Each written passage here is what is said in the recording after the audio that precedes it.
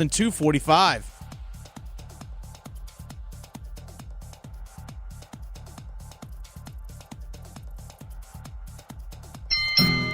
Here's the snap. Dalton throws for the end zone. Brought in by Deontay Johnson, who chucks the ball into the stands. A souvenir for a lucky fan in the 200 section. And it's 6-0 Carolina.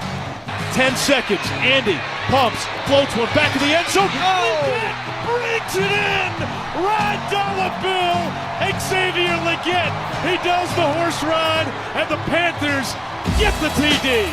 The Drive with Tim Donnelly on 99.9 The Fan. The Drive with Tim Donnelly, 99.9 The Fan.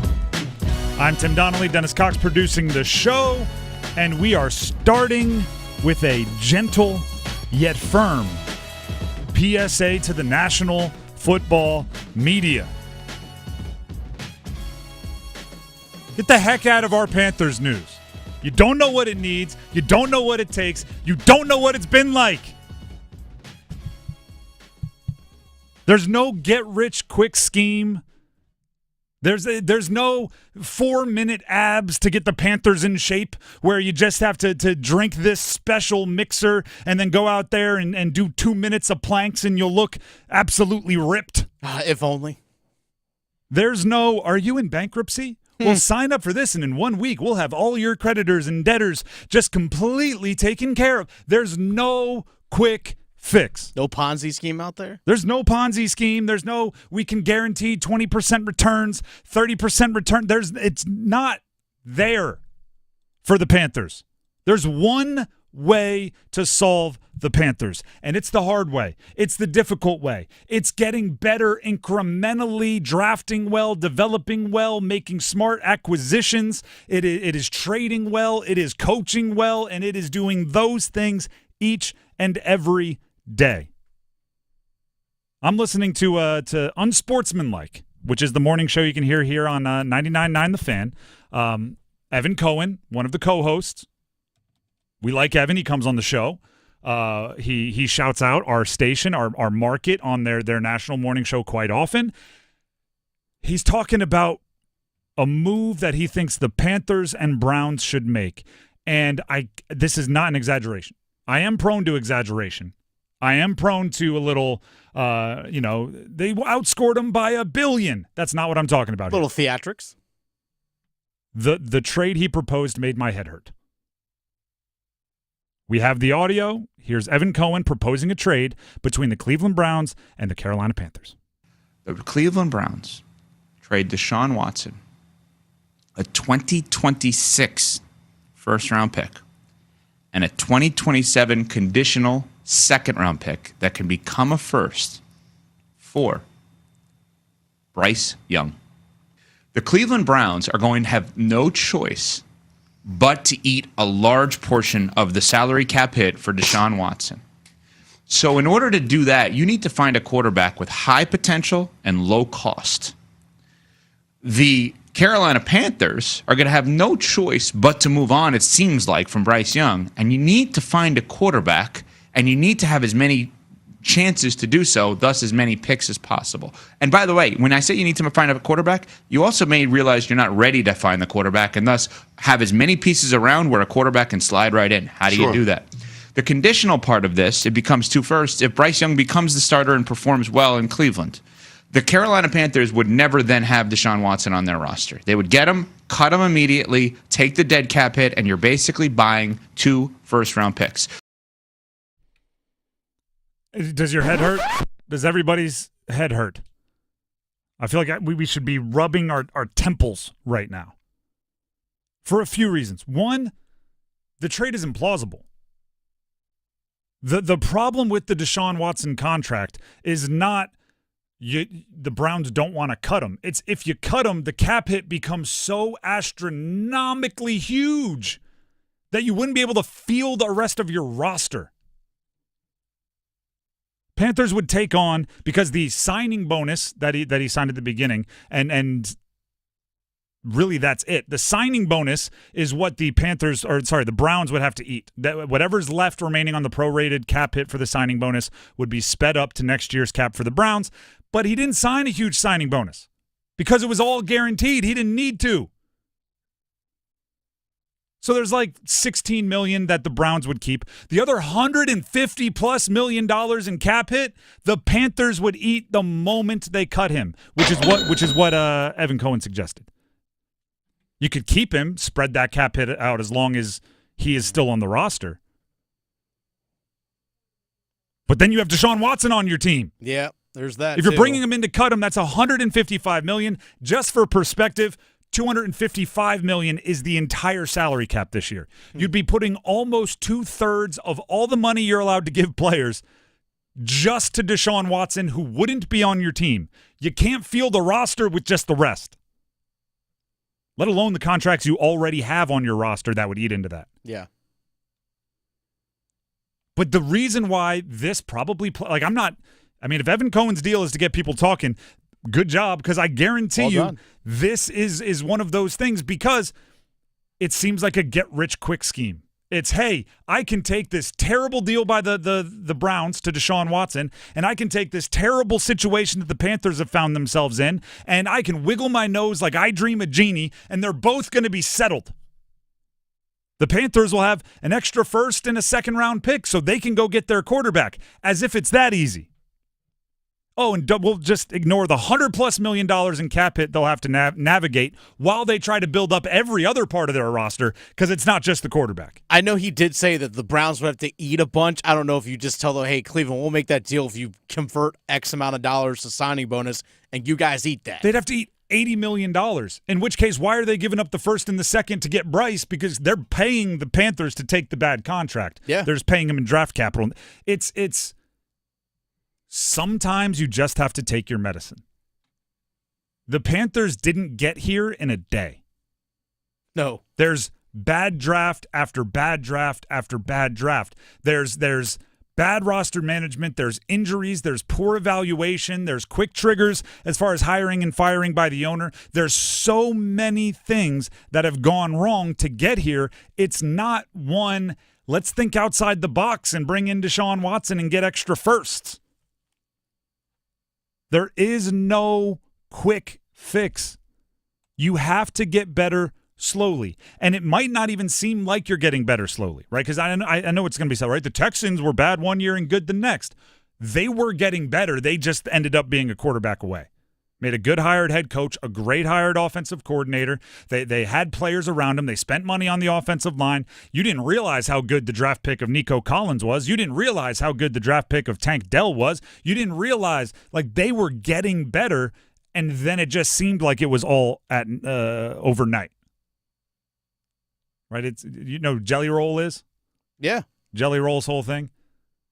How hilarious is it that a 39-year-old who's been in this business for a decade plus could win Best Breakthrough Artist? It seems like it's happening overnight, but it's a long slog, so you're ready for that opportunity. And it's like Matt Rule said, took 7 years for Jay-Z to become an overnight sensation. At the end of the day. It's the Panthers have work ahead of them. They don't have creative thinking. Right? This is not one of those situations where your teacher's testing your creative thinking and they've given you a problem and they just keep going like, look at it a different way. It's not that. Football, building a football team, building an NFL team, building a contender is hard work. Don't try to get out of it with one. You're just going to dig yourself a bigger hole. And I think, by the way, I'm giving a compliment to local media. I think the people that cover the Panthers day in and day out understand this. They understand that it took years for the offensive line to get where it is now, but the offensive line looks good. Cool. Move on to the next. If Deontay Johnson signs a long-term deal and Xavier Legette turns into something, next year you might be able to check off the wide receivers as, all right, that's cool. Looks like running back's going to be all right if Chuba Hubbard stays around and Jonathan Brooks gets healthy. All right, you can move on from that. Get to the defense. Haven't even started talking about the defense. There's a long checklist of things you need to do. What defense? Point proven. Yeah. Exactly. There is absolute, like, it's the joke, right? I mean, the 4-minute abs, that's the joke. Every personal trainer will look at you and go, yeah, 4 minutes of abs with an hour of cardio, with cutting out carbs, with a mostly salad diet and huge amounts of weight and calisthenics and everything else. Yeah, then those 4 minutes of abs can give you a nice rippling six-pack. But guess what? It's not even really the 4 minutes of abs that gives you the six-pack. Abs are made in the kitchen, for those of you that are wondering. It's about how you eat. So yeah, you could go advertise, trade Bryce Young, fix all your problems. But fixing all your problems is made somewhere else. It's in the draft room, it's in the trade room, it's in the weight room, it's in all the rooms where you can get a little bit better each and every day.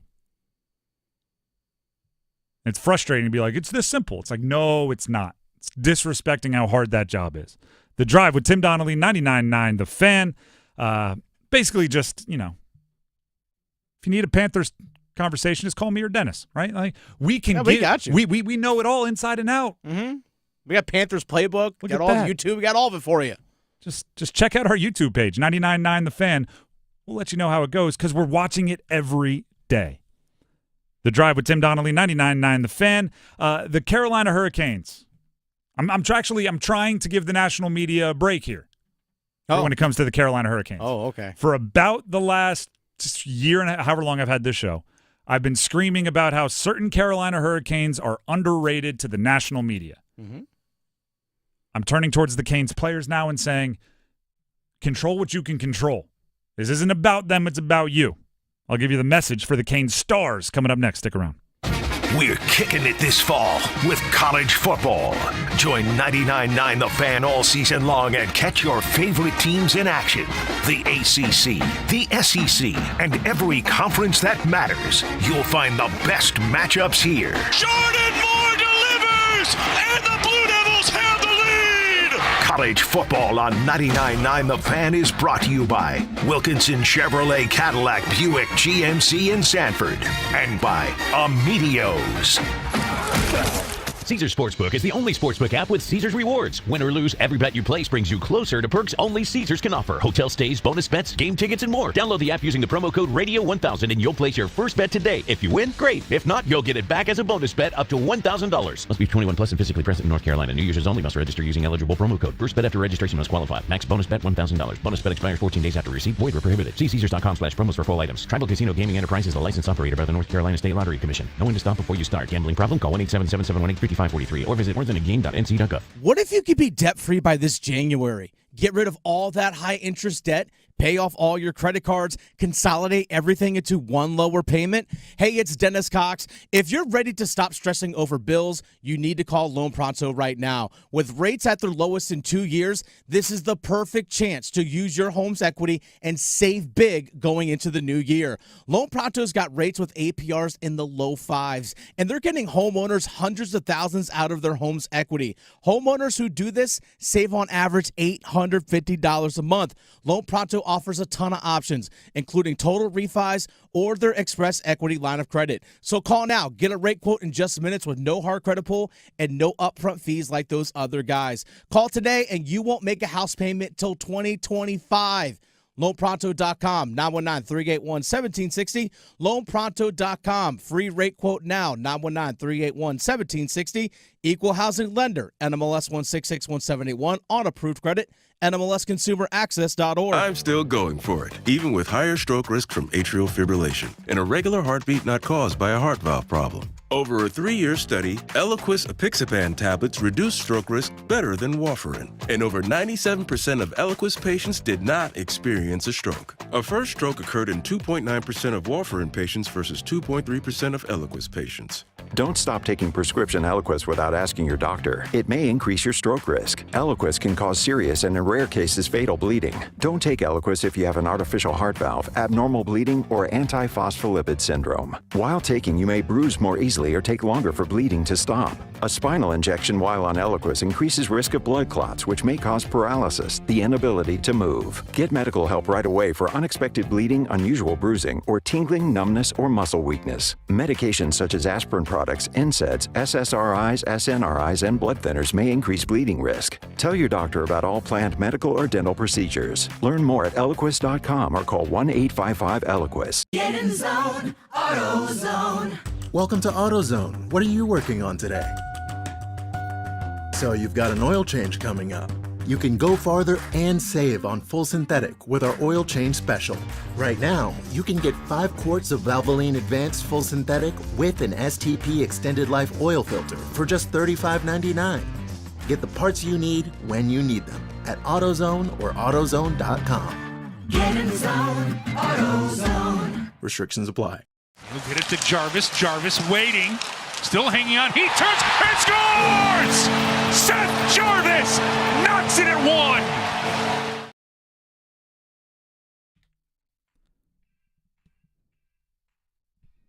The Drive with Tim Donnelly, 99.9 The Fan. That highlight you just heard, the equalizer from Seth Jarvis in the second period of the Canes' first win of the season earlier this week over the Devils.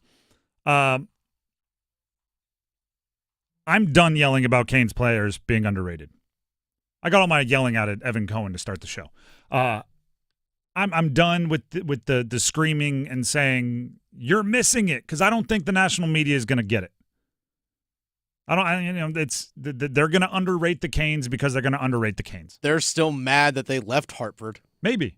No, I think there is that. Maybe. That's actually legit. Especially for ESPN, right? Because that's all. Yes. That's all Bristol. Very much. Maybe. But my point is, I'm done trying to solve it that way. I'm done going to the rankers. I'm done going to the raters.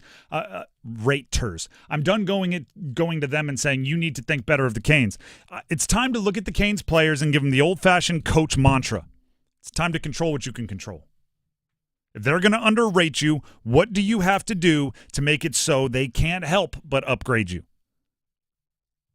ESPN.com put out a list of the top 100 players in the NHL. They do this at the beginning of every year. The season obviously just started. It came out a couple days ago. It is the top 100 players in the NHL. I'm not going to sit here and say this guy is underrated. Aho needs to be higher. I'm going to instead look at Aho and say, this is what you need to do to be higher next year. This is what you need to do so you're no longer underrated. Sebastian Aho's locked in at 19th in the league in this particular top 100 list. 19th. That's higher than it was last year. He had a very good season last year. That makes sense. Year. That shows, right? You do the right things, you're going to get improved. So what does Aho need to do to be top 10? What does he need to do to be seen as one of the 10 best players in the NHL? Now, there's, I think, an obvious answer here. 100 points. You get to triple digits, people get really excited. It's just because that's where numbers go from 2 digits to 3 digits, people get really excited. Actually, I think it's something else, though. I think he needs, and for lack of a better term, more Heisman moments. I think he needs more things that'll get played on SportsCenter so people on the West Coast will see it. I think he needs more game winners. I think he needs that quintessential postseason run where it seems like every single elimination game he's putting up 3 points. And he's in the third period. Like, I think he needs more Heisman moments. I'll even go one step further.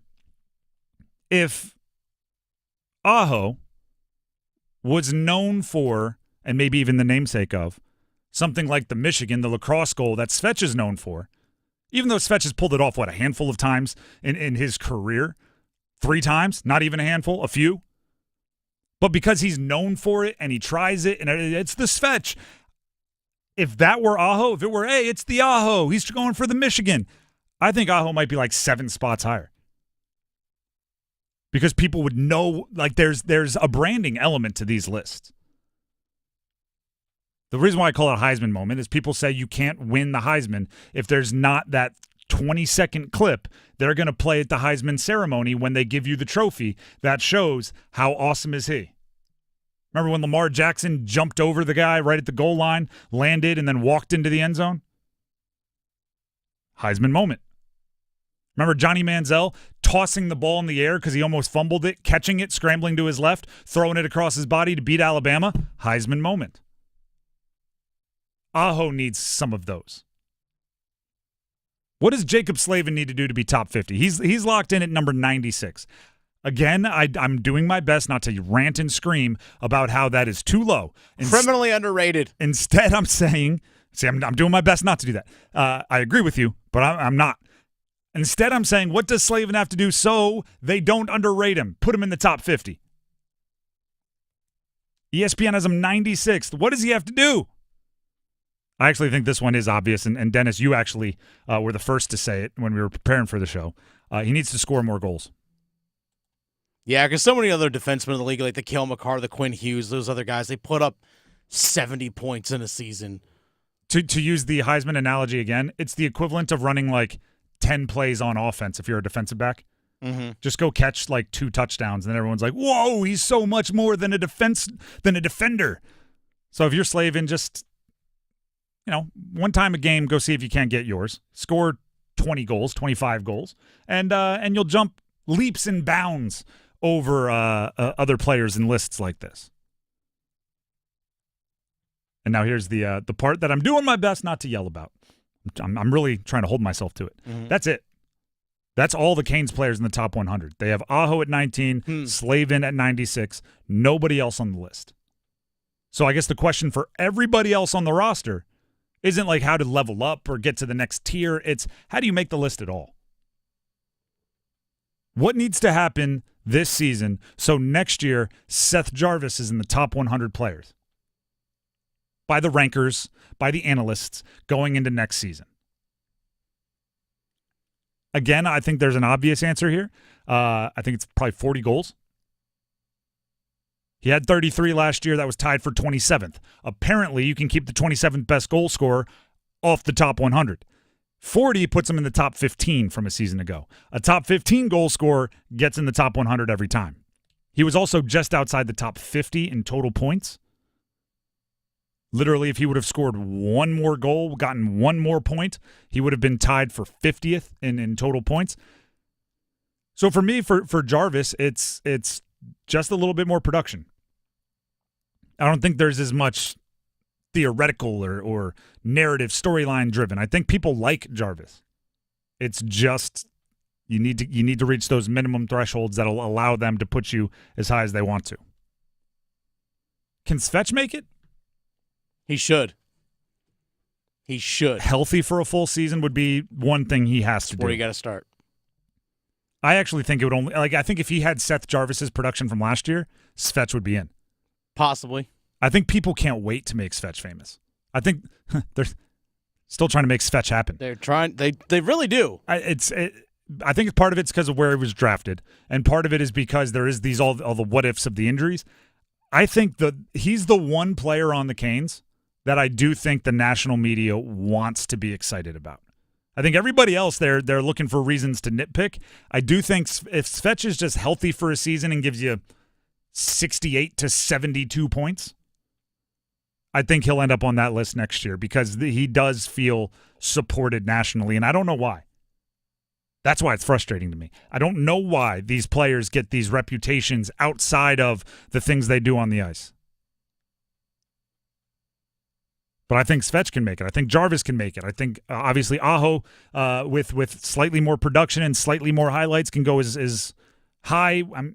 Part of it, actually, I wanted to make this point about Aho. This will be the last point I make. Another thing that Aho needs to go top 10 is more team success in the postseason. Yeah, a lot of those guys that are rated up there have that. Your best player gets attached to your win-loss end of season record. I say this all the time. In football, it's always the quarterback. Quarterback's the only one. It's like, this quarterback is 9-2 as a starter. No one's ever saying this wide receiver is 4-6. But it gets attached to the quarterback in football. In hockey, in basketball, it's always just your best player. Your best player gets to wear around the record. So for Aho to jump probably top 10, he probably does need to make a finals, Stanley Cup finals. For everybody else, you're not really attached to that as much because you're not supposed to be the dude carrying him. But if you want to, go ahead. If Jarvis wants to carry him to the final, Aho might get some of the credit. But hey, team sport. The Drive with Tim Donnelly, 99.9 The Fan. Before we move on, I'm going to remind you of this throughout the show. We've got some fan football flash seats for Friday night. Right now, head to 99.9 The Fan Facebook page, the 99.9 The Fan Facebook page, and enter for your chance to win a 4-pack of tickets to tomorrow night's game between Duke and Florida State at Wallace Wade Stadium. You want a little Friday night football? How about it? There you go. We pick the winner at 9 o'clock tomorrow morning, so your clock is ticking. Head to the 99.9 The Fan Facebook page to enter for your chance to win a 4-pack. That's not a pair of tickets. That's a 4-pack for Duke, Florida State tomorrow night in Durham. Now we can move on, and we will do that with some resetting of expectations. Yesterday, we positively reset the expectations for Duke football. They've already exceeded where we thought they'd be preseason. We're going to do the opposite for NC State and UNC coming up next. Keep pounding. Panther Talk, Panthers Playbook, the paw print. Follow your Carolina Panthers all season with us. 10 seconds. Andy pumps, floats one back to the end zone. Oh! Brings it in! Xavier Legette. He does the horse ride, and the Panthers get the TD. Your home for complete Carolina Panthers coverage. 99.9 The Fan, the Triangle Sports Leader. Hello, I'm John Heister for the Heister Automotive Group. And you know, we're constantly looking for ways to serve you better. One of the ways we do that is with something we call a Go-See. And that's where you select a vehicle from our inventory, and we have thousands, and we get one of our product specialists to bring that vehicle to you at your convenience. How do we do that? Well, it's simple. We have a group of employees that are evaluated based on the number of presentations they do. They're glad to do it. So it's just one more way we get off our keister and bring Heister to you. Is your heating and air system ready for cooler weather? Call Newcomb & Company today to schedule a routine maintenance and ensure your system is operating at peak performance. Become a Comfort Contract customer to receive priority service and a 15% discount on service calls and repairs for HVAC and plumbing work. Newcomb & Company has served the area as a Carrier Factory authorized dealer for more than 3 generations. Turn to the experts today. Call 919-862-3000 or find us at newcombandcompany.com. Newcomb & Company and Carrier. Your comfort is our business. When you're hiring for your business, ZipRecruiter's powerful matching technology makes finding qualified candidates for your job easy. This made us wonder, what if the rest of the world was as easy as ZipRecruiter? Math problems wouldn't be so problematic. K equals 42. Escape rooms? Elementary. And summiting Everest would be a walk in the park. In the meantime, if you want to make your hiring easier, use ZipRecruiter. And right now, you can try it for free at ZipRecruiter.com/free. In fact, 4 out of 5 employers who post on ZipRecruiter get a quality candidate within the first day. Simple. So, see what the world is like when ZipRecruiter does the hard work of hiring for you. Just go to ZipRecruiter.com/free to try ZipRecruiter for free. Once again, that's ZipRecruiter.com/free. ZipRecruiter.com/free. Adam Gold here from my friends at Travers LASIK and Dr. Lori Travers, the only LASIK specialist in the Triangle. And twice in the last week, people have asked me, how was it? And I've told them it's great. Not only is it great, but it's been great for about a dozen years. That's right, I met Dr. Lori Travers more than 10 years ago. She took me from 20/250 to 20/20 vision, and, pardon the pun, I have never looked back. I want you to do the same thing. 919-510-6830. You can get a free consultation. We love free. Also, 2 years, 0 interest financing is available. Takes about 5 minutes per eye, and you could go back to work the very next day. 919-510-6830. TraversLASIK.com. If you are sick and tired of glasses and contacts, Dr. Lori Travers needs to be your next call. 919-510-6830 for Travers LASIK. The consultation is free. Perfect. TraversLASIK.com. In business, service is everything. Cintas delivers what you need to better serve your customers. Whether it's freshly laundered work apparel for almost any job imaginable, tested and inspected fire protection systems, first aid and safety supplies, on-site AED training, or mops and restroom products, stocked and ready when you need them. Better workdays happen together. So visit Cintas.com. Oh, I'm ready! And get ready for the workday. Rifles it sideline. There's Rodgers off to the races. No one behind him. 30. Sprints near sideline. 20. He angles to the center. 10. Touchdown. 9:31 to play. 75-yard rip to Noah Rodgers.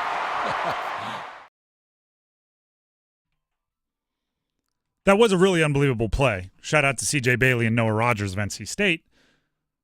But it came in a loss, which is important for the conversation we're about to have. This is The Drive with Tim Donnelly, 99.9 The Fan.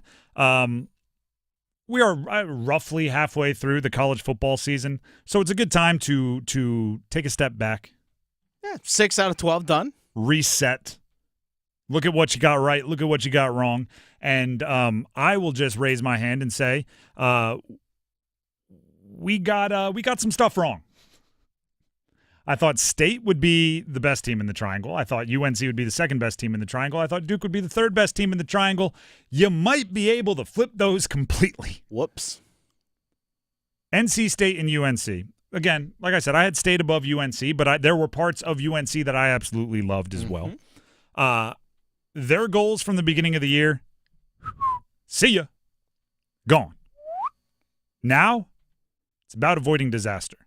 And there's a funny part, right? There is a funny part about avoiding disaster, which is for so many of these power football program teams, particularly the ones that are not the routine bottom feeders of their conference. And State and UNC are not routine bottom feeders in the ACC. No matter how high your expectations are, the disaster line is always the same. If you're going into a season thinking like, all right, we're going to be solid, we're going to be 8 wins, 9 wins, disaster, missing a bowl. If you go into a season with, I think we should compete for a national championship, disaster, missing a bowl. Right? No matter how high the hype goes in the offseason, missing a bowl game is a absolute disaster. Why? Well, you play 3 non-power conference opponents most of the time. Right, you have the one premier non-conference game against another power conference team.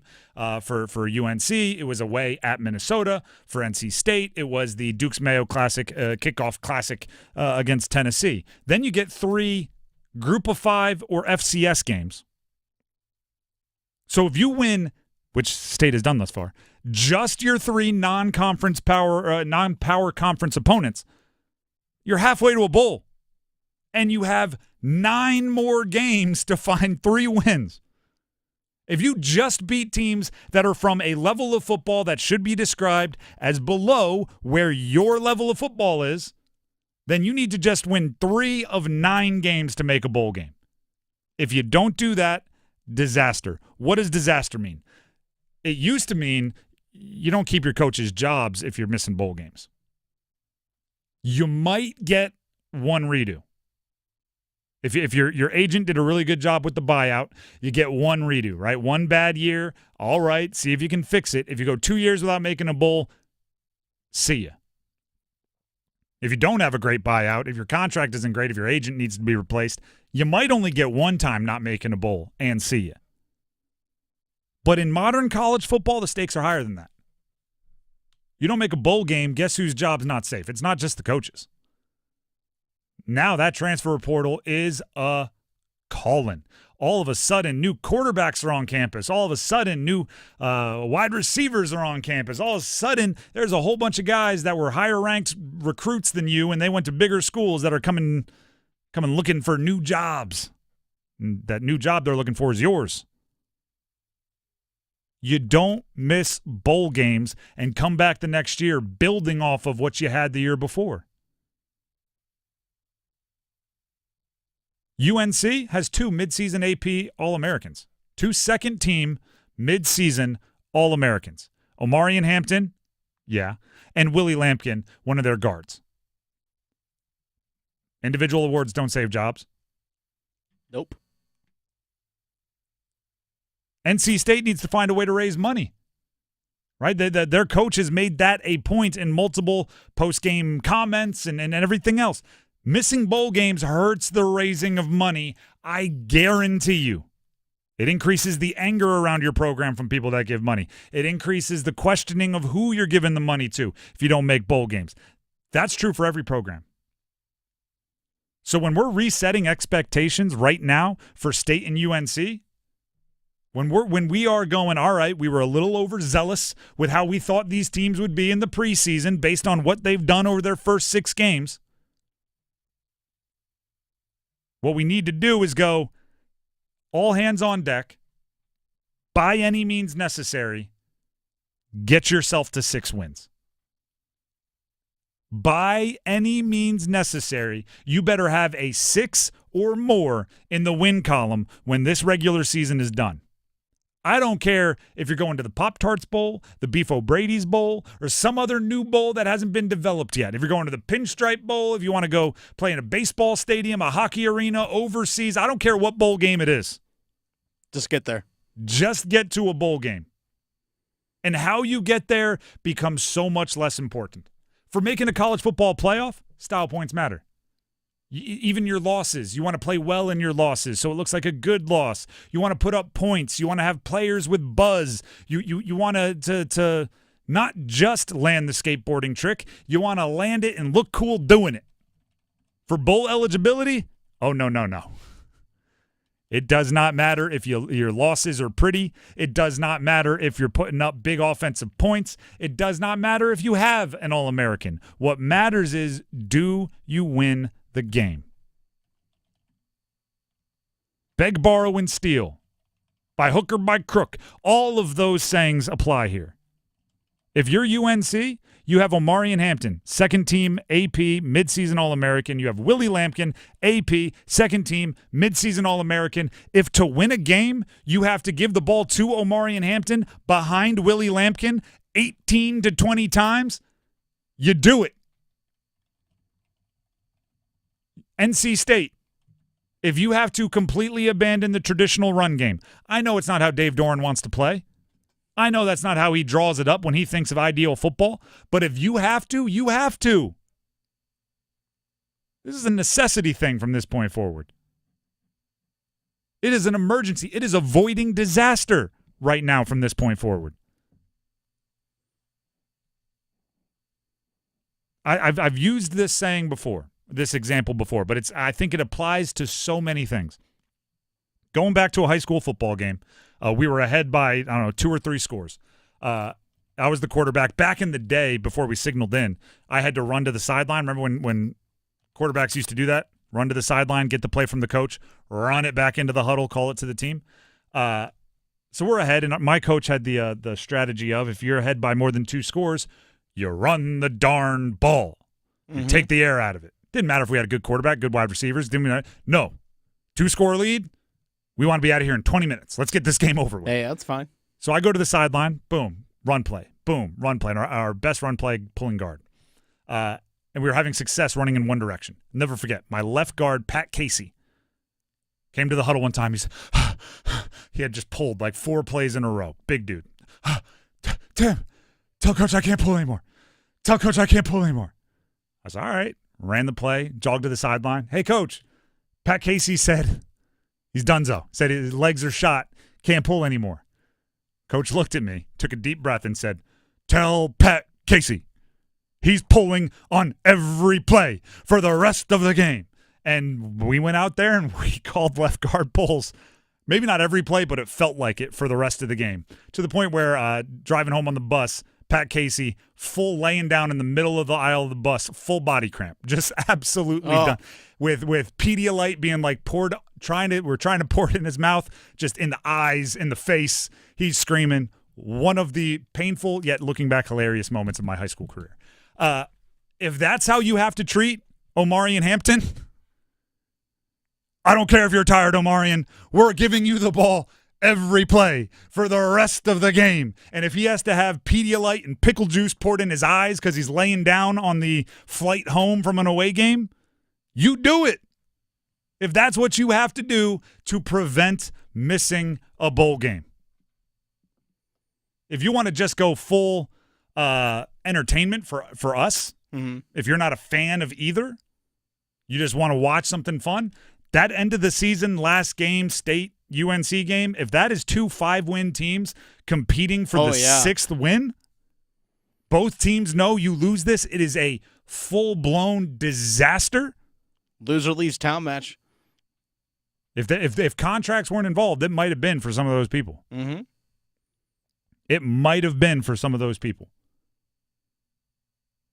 There are so many teams. I think State was this way last year a little bit. There are so many teams that don't play their best until they're backed into a corner, right? Like the caged raccoon. Until somebody is coming at you with no ways out that you finally play up to your level. Now's the time for both of these squads.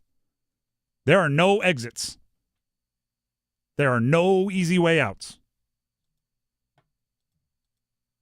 The Drive with Tim Donnelly, 99.9 The Fan. Do you know who probably enjoyed the last 10 minutes the most? Who's that? Duke fans. Yeah. If you're a Duke football fan, that was probably just a good time for you. Hey, gearing up for a big one tomorrow. You're 5-1. You have Florida State tomorrow. And if you're listening right now, you might just get a chance to go. We've got some fan football flash seats and a Facebook giveaway for Friday night. There are so many F's in that sentence. Fan football flash seats on Facebook for Friday. Head to the 99.9 The Fan Facebook page and enter for your chance to win a 4-pack of tickets to tomorrow night's game between Duke and Florida State at Wallace Wade Stadium.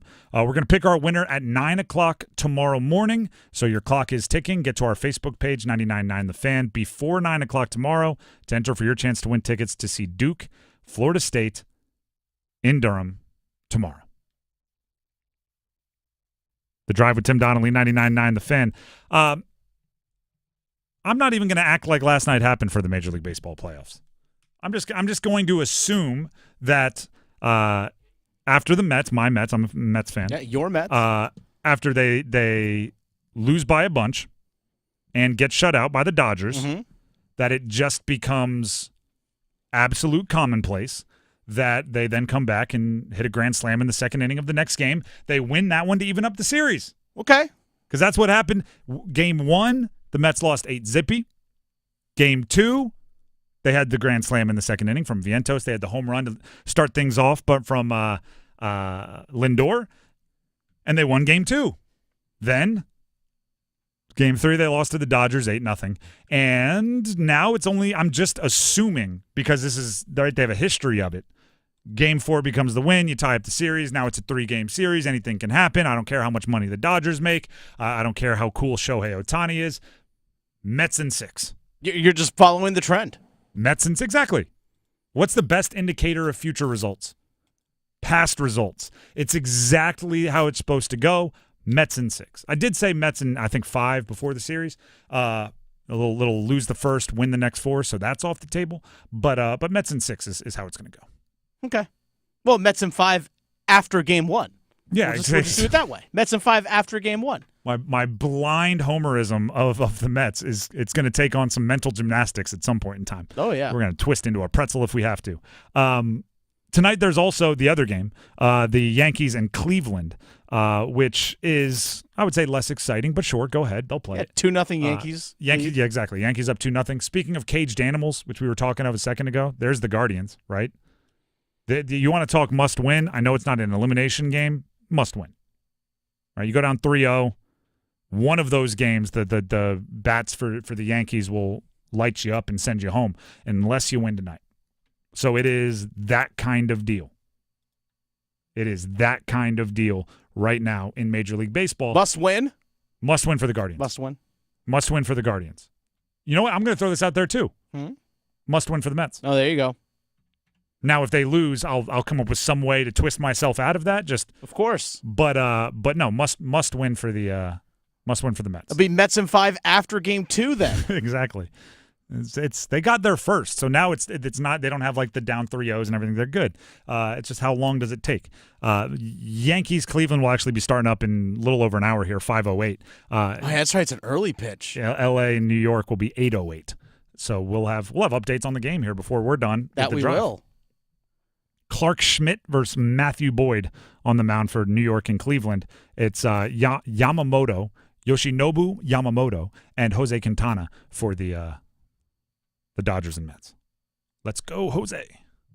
By the way, watching the Dodgers just hitting nukes out of the yard yesterday. It was Get pretty them impressive. Get them all. Your bats are tired today because you put them through such a workout yesterday. You mentioned predicting future results based off past results. It's funny how Shohei Ohtani, runners on base, dinger. He's 17 of his last 20 going back into the regular season with runners in scoring position. 17 of his last 20. That's absurd. Yeah, and I'm going to overthink it and try to figure out why. Because he's good. That's why. You think he just locks in more? Or is it the reverse? Is it he has something else to pay attention to, so he's not as in his own brain? I think the thing people were saying, the reason why all of his hits, at least in the postseason for the most part, have come with guys on base is that he's more willing to take pitches. So he's not being as aggressive. Sometimes that was the conversation about moving him out of leadoff, is because maybe put Mookie Betts ahead of him because Mookie Betts can get on base and it would be better for Ohtani. But yeah, sure enough, yesterday he actually gets an at-bat there late in the game with guys on. Boom. Right in the upper deck, 410 feet. I also wonder if it's maybe he just mashes when they're thrown out of the stretch. Maybe. Like when the pitcher has to worry about someone on base, there's something there. I don't know. It's crazy. He's so talented. You'd wonder why in every situation he doesn't just rake. Yeah, well, you never know. Don't wake a sleeping giant, Tim. Secondly, tell me if this is for you, because I've noticed this with me. And obviously it comes into play with what we were talking about with their bats are tired. Baseball is the only sport that I actually think that's kind of true. Baseball is the only sport that if you're up like 8-0, I go like, ease up, save some for tomorrow. Yeah. In football, I'm never going like, oh, you're up 30, save some of these touchdowns for next week. Or basketball, I'm never like, hey, Steph, stop taking threes. You need them for tomorrow. Hey, guys, quit making your free throws. But for some reason, baseball does feel that way, where I'm going like, I don't know, man, they scored 9 yesterday. I don't know if they got any left today. It doesn't make any sense, but in my brain, like the dark recesses of it does. You can win 9-0, the next day you lose 1-0. Exactly. And it feels like the reason you lost 1-0 is because you scored 9 the night before. It's absurd. The Drive with Tim Donnelly, 99.9 The Fan. Speaking of losing but still having all the confidence in the world. That's us. My ladder competition pick yesterday was a rough one. With the reason being Sam Houston State didn't back me up. My old coach, K.C. Keeler, I had them ahead of Western Kentucky for most of the game, which I thought would make Western Kentucky throw. Western Kentucky was in control of the game for most of it, and they won 31-14, which means Western Kentucky never threw, which means my guy Keyshawn Johnson finished with 19 yards when I had him for 40+. So my gambling streak came to an end, so I'll be re-upping with another $10 here today. Dennis and I are doing the ladder challenge and seeing who at the end of the month has the most money. Dennis, I lost yesterday as well. I had the LA Kings at alternate spread line plus 3.5 goals the Toronto Maple Leafs.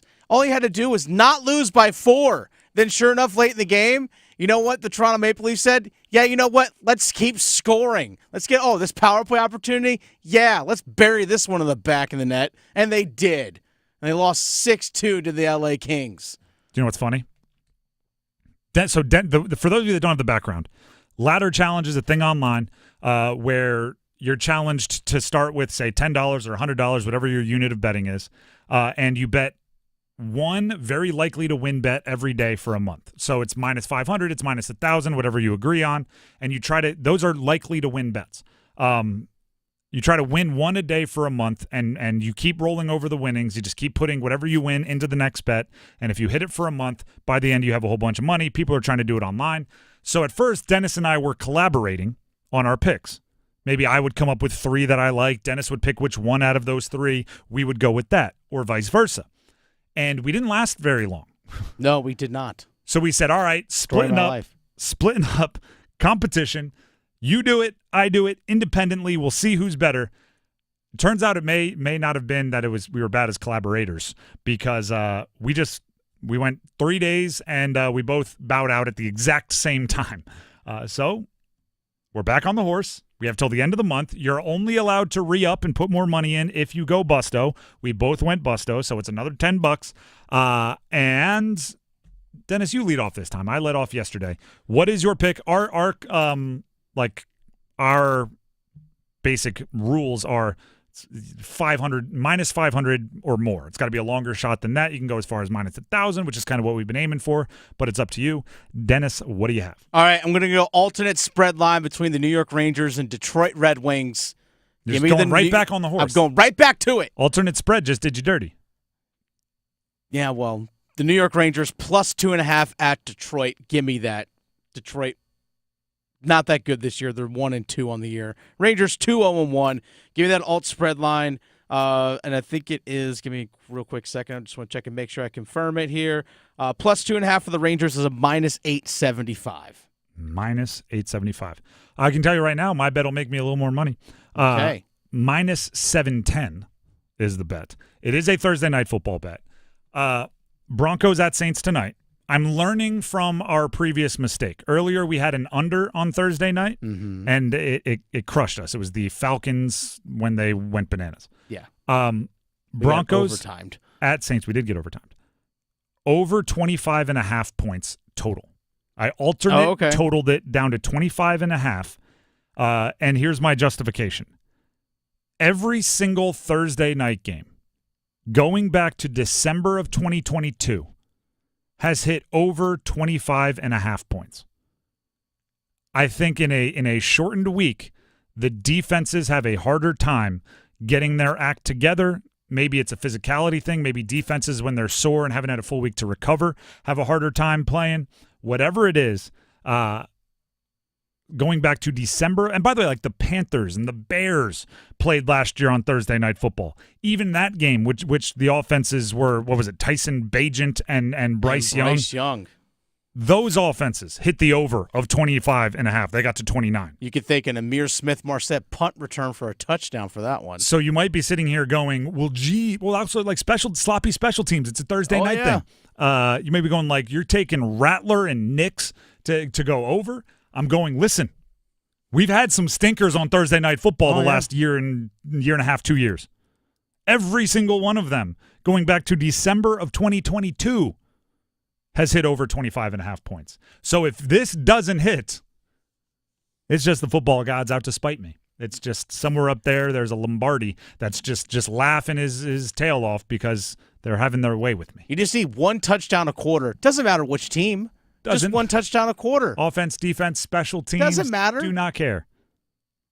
Do not care. 25.5 over Broncos at Saints tonight. And I will always say this, it's just more fun betting overs. Every touchdown, every score, it doesn't matter who. Woohoo! You don't have to worry about, like, that guy's not on my fantasy team. It's like watching a game and everyone is on your fantasy team. That's a good point. Until they get to 26, then I won't care at all because I don't really care who wins, Broncos or Saints.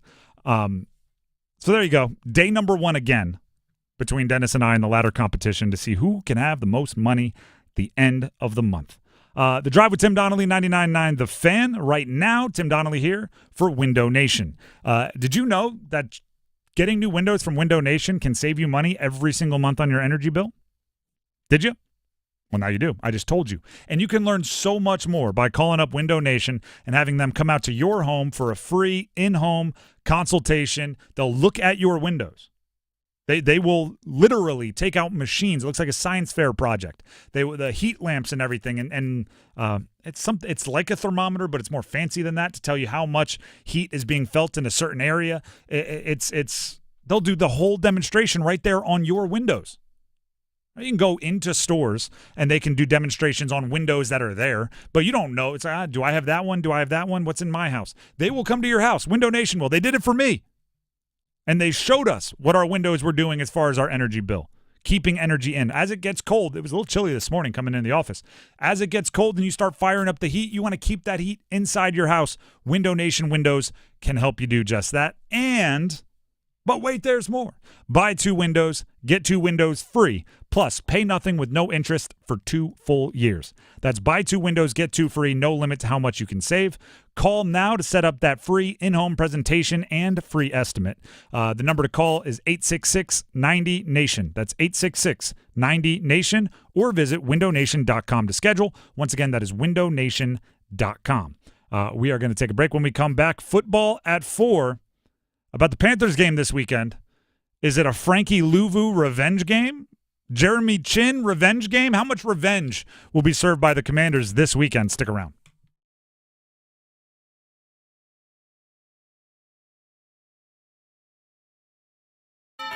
Football is on the menu tonight. Showtime, prime time. And we're dishing up a clash of conferences. Here we go.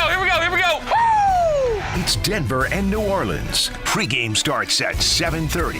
Kickoff at 8:15. Y'all know what time it is, huh? The NFL on 99.9 The Fan is brought to you by Wake Med. Hey, together, baby. We just do it one play at a time. 99.9 The Fan, the Triangle Sports Leader. We came here for one thing, to win. This is it, Ram Power Days. John Heister Chrysler Dodge Jeep Ram in Lillington has the deal you've been waiting for on your brand new Ram 1500. Ready for this? 25% off. John Heister in Lillington has 25% off all new 2024 Ram 1500s right now. That's like getting a fourth of your new truck for free. That couldn't be more worth getting off your keister for. So get off your keister and get to John Heister Chrysler Dodge Jeep Ram in Lillington for 25% off your new Ram 1500. The final shot at the Championship 4 comes down to a track that's been here from day one. Martinsville. NASCAR Playoffs weekend at Martinsville Speedway. November 1st through the 3rd. Get your tickets now at martinsvillespeedway.com.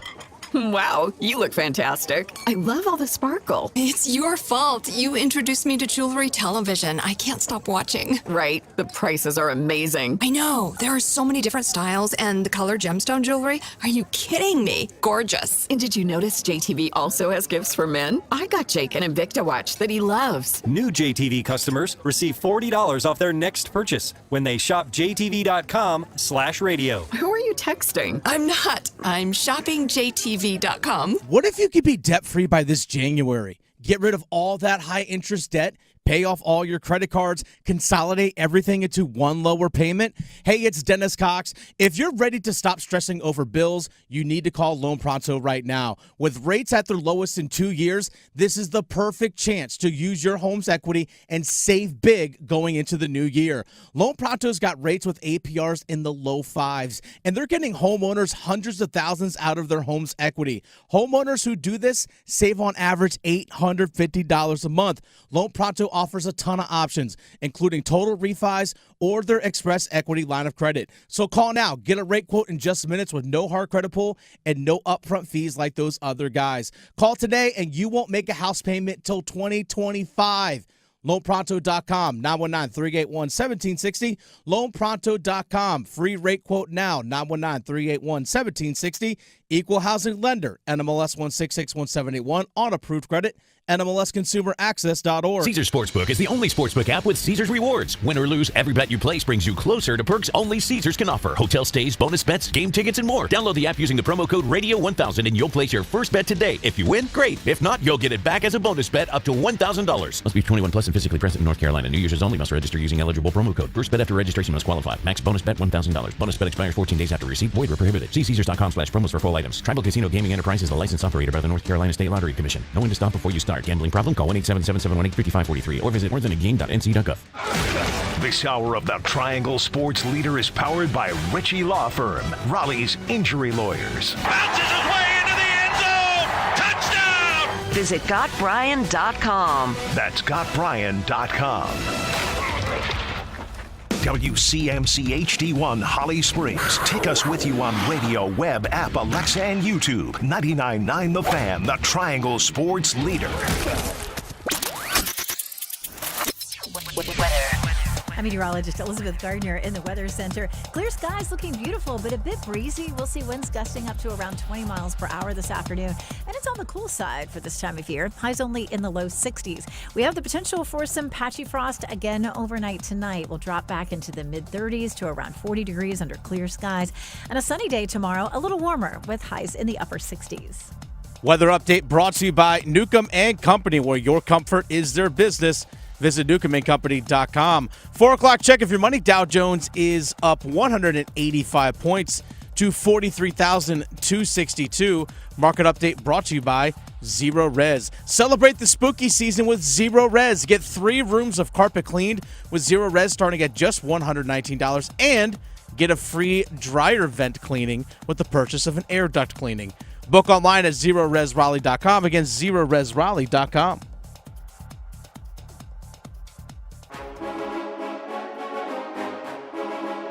Let's move the chains. Time for football at 4. The Drive with Tim Donnelly, 99.9 The Fan. This weekend, the Panthers are facing one of the hottest teams in the NFL. The Washington Commanders. Who would have saw that coming? They're also going to see some familiar faces on Washington's defense. So there's two kind of storylines here. One, you're facing a good team with a quarterback who's, I'd say, the overwhelming favorite to be Rookie of the Year. Yeah. Some are saying should be in the MVP conversation. Some are. That's Jaden Daniels, of course. The other side is the Commanders and the Panthers will forever be linked. There's so many front office personnel, coaches, players that have flipped from one to the other and back and forth over the last 5, 6, 7 years that they're just tied together in that way. Frankie Luvu and Jeremy Chinn start for the Commanders. That's a linebacker and a safety that was both of them were on the Panthers roster last season. For the last several years. Yeah, and by the way, at different times, like fan favorites. Oh, yeah. Frankie Luvu. I'll actually tell this story. It's a quick one. When we were at ACC tip-off for basketball, I've got a colleague that I know in Richmond radio, and he was like, hey, why don't you come on the show? So I was a guest on his show, and they obviously talk a lot of Commanders, and he brought up Frankie Luvu without – his intention wasn't to bring up like, oh, you're in Carolina, the Panthers used to have Frankie Luvu. He just brought up Frankie Luvu, and I literally stopped the interview. I was like, whoa, too soon, man. You can't talk about how excited you are for Frankie Luvu after I just had my heart ripped out of my chest and when Frankie Luvu left in free agency to go to Washington. No, we're not. What's your other question? And jokingly. But like Frankie Luvu, fan favorite. I was a big fan of Frankie Luvu. Jeremy Chinn, if you go back to preseason last year, at least one of our preseason cons and cons, what are you most confident in, what are you most concerned about? For the Panthers, at least one of them was the versatility of Jeremy Chinn. I thought he was one of the pieces that they could unlock on defense that would allow them to face what I called all of these multiple offenses. When you have a tight end that sometimes lines up at fullback and sometimes lines up wide at wide receiver, having a Jeremy Chinn who can come into the box and stop the run and also get back into coverage and also do these other things allows you to kind of, now you're playing chess and you both have the queen on the board. Still see a ton of Jeremy Chinn jerseys at Bank of America, by the way. A ton. Not surprised. Now they're both playing for the Commanders. No surprise, they're doing well. I wouldn't say they're Frankie Luvu's making some real highlight plays. Jeremy Chinn's just a solid safety for Washington, starting every game, making tackles, has a forced fumble, a fumble recovery. Like he's just in a good team, a key player. Third on the team in tackles. So now here's the lesson learned, and I'm going to get to this more and more over the next handful of weeks. Here's the lesson learned from where the Panthers are right now, lining up across from a starting NFL safety and a stud NFL linebacker that were on your roster last year. What did the Panthers get back for those guys? They were on their roster. They're playing somewhere else. The Panthers had to get something in return, right? Not a darn thing. And that is a shame in each case for different reasons. We'll start with Jeremy Chinn. Jeremy Chinn had a little stint in the middle of the season on IR last year. So he ended up playing in 13 games. In 9 of the 13, including every game after his stint on IR, he played in less than 50% of the snaps. Sometimes got down into the low 30s. He was playing 31, 33% of snaps in a game. If you have a player that is an NFL starting safety caliber, as he's proving this year, and as he had proved previously with the Panthers, and you're playing him 30, 40% of the snaps, and you're on a team that's not in the playoff race, matter of fact, you were on the way to being the worst team in the NFL, and you can't even say you were tanking because you didn't own your first-round pick, you were just the worst team in the NFL, and you're not playing Jeremy Chinn, it is negligent to not move that player. Because whatever you can get back Someone will pay for a starting safety, whatever you can get back. You're not playing him. Let him go play somewhere else. Get a pick. I don't care if it's a fifth. I don't care if it's a pick swap. Get something back so right now he's not playing against you and you didn't get anything for him leaving. Frankie Luvu is a different one because, and this developed as the day went on. The point I was intending to make when I first took notes on this segment was Frankie Luvu is making roughly the same amount per year as Jadeveon Clowney. So the Panthers went out and signed a not super long-term, we call it a medium-term free agent deal to a veteran who is on the back half of their career for about $10 million a year. Why not give that $10 million a year to Frankie Luvu, who is a little bit younger? Obviously, Jadeveon Clowney hasn't produced this year the way you'd hope. Frankie Luvu would have probably had more sacks with the quarter of the pass rushing reps. So that was the point I was going to make. And then in talking with Dennis pre-show, he's like, there were some reports out there, some rumors that the Panthers actually did offer Frankie Luvu a similar deal or maybe even a tad bit more. Even more. Yeah, they tried to re-sign him. That right there is the issue. If you have a player on an expiring deal, part of your job as a front office executive is to see how realistic it is that player will re-sign with you. And if it came down to like, oh, we would sign with you if you give the best deal, that's fine. Then you go into it. And then if in the offseason, the Texans or the Commanders come out of the sky with a Godfather, 1.5 times as much per year deal, you go, darn. Like he wanted to come back, but it's life-changing money. Can't do anything about that. But if you go into an offseason and you're offering the same deal or maybe even a little more, and that player chooses to go elsewhere, that's where you have to have a better relationship with the agent. That's where you have to have a better relationship around the league to understand that your player doesn't want to be there. And as soon as they get the option to leave, they will. So before they get the option to leave, you trade them and get something in return. You can't, how many players, honestly, just truth serum, how many players on the Panthers defense do you think start for a division leader elsewhere? There aren't many. Derek Brown if he's not hurt. Probably J.C. Horn. Yeah. Maybe one or two others depending on the defense that they're going to. Sure. You had two of them last year. They left and you got nothing in return. That's letting value, that's letting assets walk out the door. So where's that lesson getting you now? By the way, I completely acknowledge Scott Fitterer was the one that made those mistakes. Mm-hmm. He was the GM last year. It's a new regime. However, you can learn from the old regime's mistakes and make sure you're not repeating them. Learn from the history. Who's on an expiring deal this year? Chuba Hubbard, Deontay Johnson, Andy Dalton. On the defense, I'm sure there's at least a handful of them. Go and make sure you don't get Luvu'd or chinned this offseason. If you have a starting caliber player that you don't anticipate playing like you had with Chinn, send him somewhere else. If Adam Thielen comes back and you are so dead set on your young receiving core that you don't see him on the field in 2 or 3 wide receiver sets because you want Deontay Johnson, Xavier Legette, those guys to dominate the catches, don't let Adam Thielen just chill on the sideline. Send him somewhere he'll get on the field. Get something back, unlike you did with Chinn. If you talk with Chuba Hubbard, by the way, Chuba Hubbard, I would argue very, very similar on the opposite side of the ball to Frankie Luvu. Because last year, on a bad team, Frankie Luvu looked good. He was like the one thing on a team that's like, hey, he's actually making a bunch of tackles, making a bunch of sacks. He seems to be a player that embodies the culture they want to build. Look at this. Everybody loves Frankie Luvu. What could you say about Chuba Hubbard right now? He's on a bad team, but he's the one player that's being productive, picking up yards, and he seems to embody the type of culture they want to build. You better get a real heart-to-heart with Chuba Hubbard and say, listen, Chuba,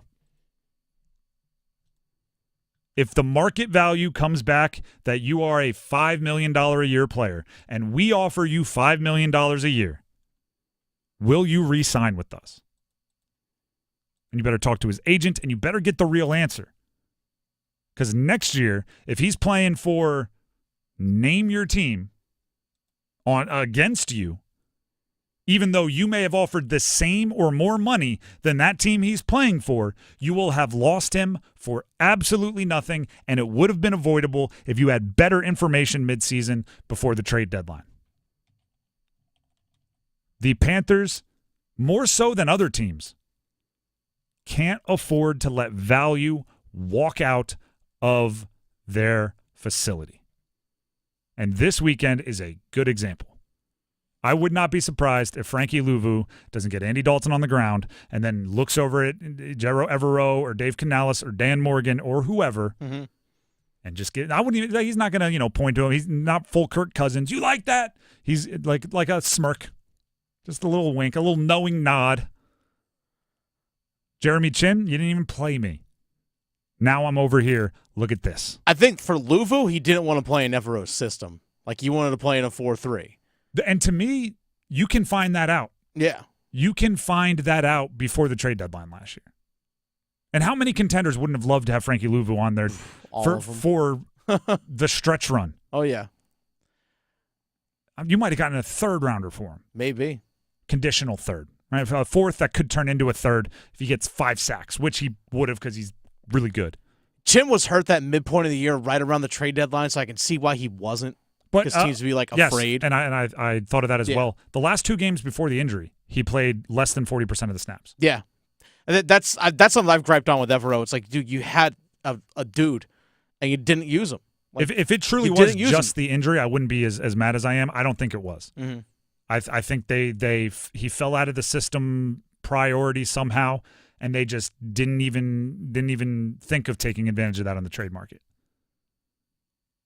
But again, that's the old GM, Scott Fitterer. Mm-hmm. Dan Morgan learned from the mistakes of the old GM. Don't be doomed to repeat them, and make sure you're not letting value walk out of your franchise because, quite frankly, your team's not good enough.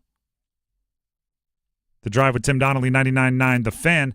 Speaking of not letting value walk out of your life, Tim Donnelly here for Capital Financial, and, of course, that includes Coach Pete. The reality of financial termites is real.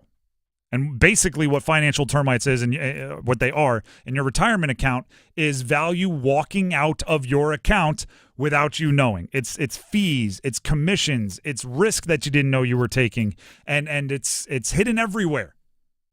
But it can be found out. It can be exterminated by somebody like Coach Pete or the financial planning crew over at Capital Financial Advisory Group, the fiduciary planning crew at Capital Financial Advisory Group. It's the same thing. I don't know about you, but I know I work hard for my money, and I can't believe I'd let value walk out of the facility without getting something in return, without a reason being, right? So if I saved up money for retirement, gosh darn it, I want to spend it in my retirement. I don't want it disappearing when these financial termites just gnaw it all away. That's what Capital Financial can do for you. They can give you the second opinion you're looking for. They can give you the 22-step behind-the-scenes process to make sure you know where each and every one of your dollars is and how exposed to risk they are and how it will grow to make sure you have the most you possibly can have in income in retirement. It is a complete and total customized retirement plan that Capital Financial will do for you free of charge if you let them know you heard about it here from me, Tim, on 99.9 The Fan. So give them a call, 800-691-3215. That's 800-691-3215. Say you heard about it from Tim, or you can just text my name, Tim, to 600-700. Text TIM to 600-700. They'll know what that means. We're going to take a break. When we come back, it's time for Cons and Cons. What are you most confident in? What are you most concerned about when it comes to the Carolina Panthers? Stick around. We're kicking it this fall with college football. Join 99.9 The Fan all season long and catch your favorite teams in action. The ACC, the SEC, and every conference that matters. You'll find the best matchups here. The Blue Devils up 21-20, and they got their arms reaching for that bell. College College football on 99.9 The Fan is brought to you by Wake Med, Sammy's Tap and Grill, and Roofworks. Hey, pet parents. With Progressive's collision coverage, you get extra protection for your cat or dog, because there's nothing worse than seeing your pet hurt. Like when you see their face after accidentally stepping on their tail, and you say, "I'm so sorry, Mr. Pickles." But as you kiss his nose and rub his little belly welly, you know Mr. Pickles is thinking, "You betrayed me." Anywho, Progressive pays up to $1,000 in vet bills if your pet is injured in an auto accident. Learn more at Progressive.com and watch where you step. Progressive Casualty Insurance Company and Affiliates. Collision coverage subject to policy terms. Not available in all states. I'm still going for it, even with higher stroke risk from atrial fibrillation and a regular heartbeat not caused by a heart valve problem. Over a 3-year study, Eliquis apixaban tablets reduced stroke risk better than warfarin, and over 97% of Eliquis patients did not experience a stroke. A first stroke occurred in 2.9% of warfarin patients versus 2.3% of Eliquis patients. Don't stop taking prescription Eliquis without asking your doctor. It may increase your stroke risk. Eliquis can cause serious and in rare cases fatal bleeding. Don't take Eliquis if you have an artificial heart valve, abnormal bleeding, or antiphospholipid syndrome. While taking, you may bruise more easily or take longer for bleeding to stop. A spinal injection while on Eliquis increases risk of blood clots, which may cause paralysis, the inability to move. Get medical help right away for unexpected bleeding, unusual bruising, or tingling, numbness, or muscle weakness. Medications such as aspirin products, NSAIDs, SSRIs, SNRIs, and blood thinners may increase bleeding risk. Tell your doctor about all planned medical or dental procedures. Learn more at Eliquis.com or call 1-855-ELIQUIS. All right, gentlemen, this is Emmett Smith on behalf of Depend, and I've got the perfect play.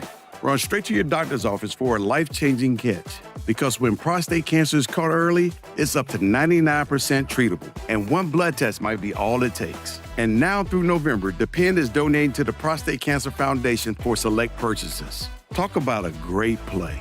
From September 1st to November 30th, Depend is donating 40 cents to the Prostate Cancer Foundation for Depend Shield Guards Real Fit products purchased in the U.S. up to a maximum of $300,000 void in Mississippi.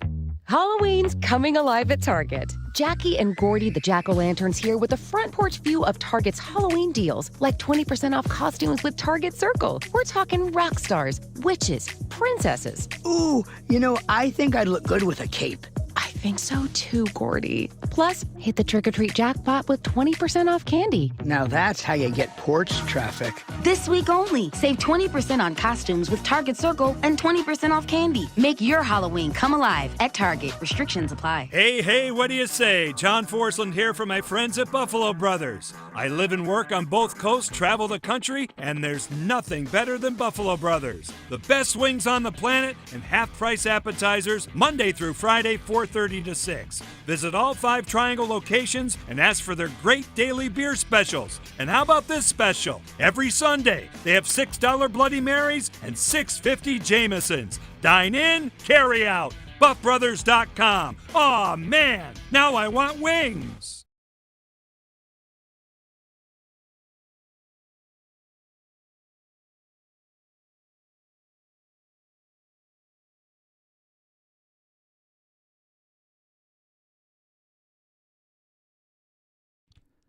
This is The Drive with Tim Donnelly on 99.9 The Fan. Are you playing chill music intentionally? Is this because I've been riled up? No. Actually, it's just I realized, there's 4 seconds coming back from break. I need to play a song. And I clicked this one that's on my liked playlist on Spotify. So that's the reason why.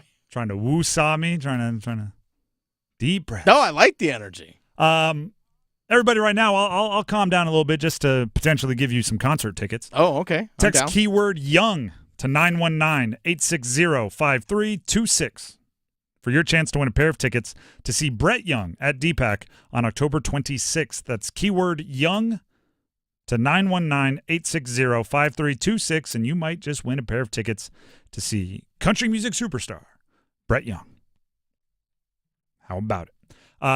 Now we have the awesome opportunity to go into cons and cons. But to play great defense, you need one thing above all else. That starts with a W. Confidence. What are you most confident in? What are you most concerned about when it comes to the Carolina Panthers? I'll go first. And as always, hey, I got good news and bad news. What do you want first? Give me the bad news. We'll start with the concerns. I hope wrong about this, to be fair. To be fair. I'm concerned about the team checking out. Oh, okay. They've been bad for a long time. And to be bad, have Andy Dalton show up and think, maybe we're not bad, to then go back to where they are now is trying. It is difficult. And when I say checking out, I don't mean you stop playing hard. I don't mean you stop paying attention. But I mean suddenly you're out for yourself a little bit more. Suddenly you want your stats. Suddenly it's less team first, team always, team only. It's cool to be a role player on a good team. It's not cool to be a role player on a bad team. Right? I'll sacrifice for team success. I won't sacrifice for team losses. So coaches really, really have to make sure their locker rooms are buttoned up, healthy, operating the right way when this part of the season hits. By the way, they still have a long way to go. At this point in the season, it feels like you've played half a season, but you have, 3/4 of a season in front of you. It's kind of the dog days of fall, if you will. So I'm a little concerned with the way the season has gone thus far, that you might start seeing Adam Thielen go, well, why should I rush back from the hamstring injury? And then you might have Taylor Moton go, I don't know, Josh Nijman, me, I'm getting paid a whole bunch of money anyway. There's a lot of internal searching that needs to happen for the Carolina Panthers. When the team turns towards the future, what do the veterans say? And I'm going to be an advocate, as I have been already this hour, I'm going to be an advocate of them trading away some guys. How do veterans feel when they're on a team that is now trading away players that could help them now for picks? Little concerning. Just throwing that out there. Little concerned. I hope I'm wrong. Little concerning. Dennis, what's your concern? I'll say it's human nature. It is. It really is.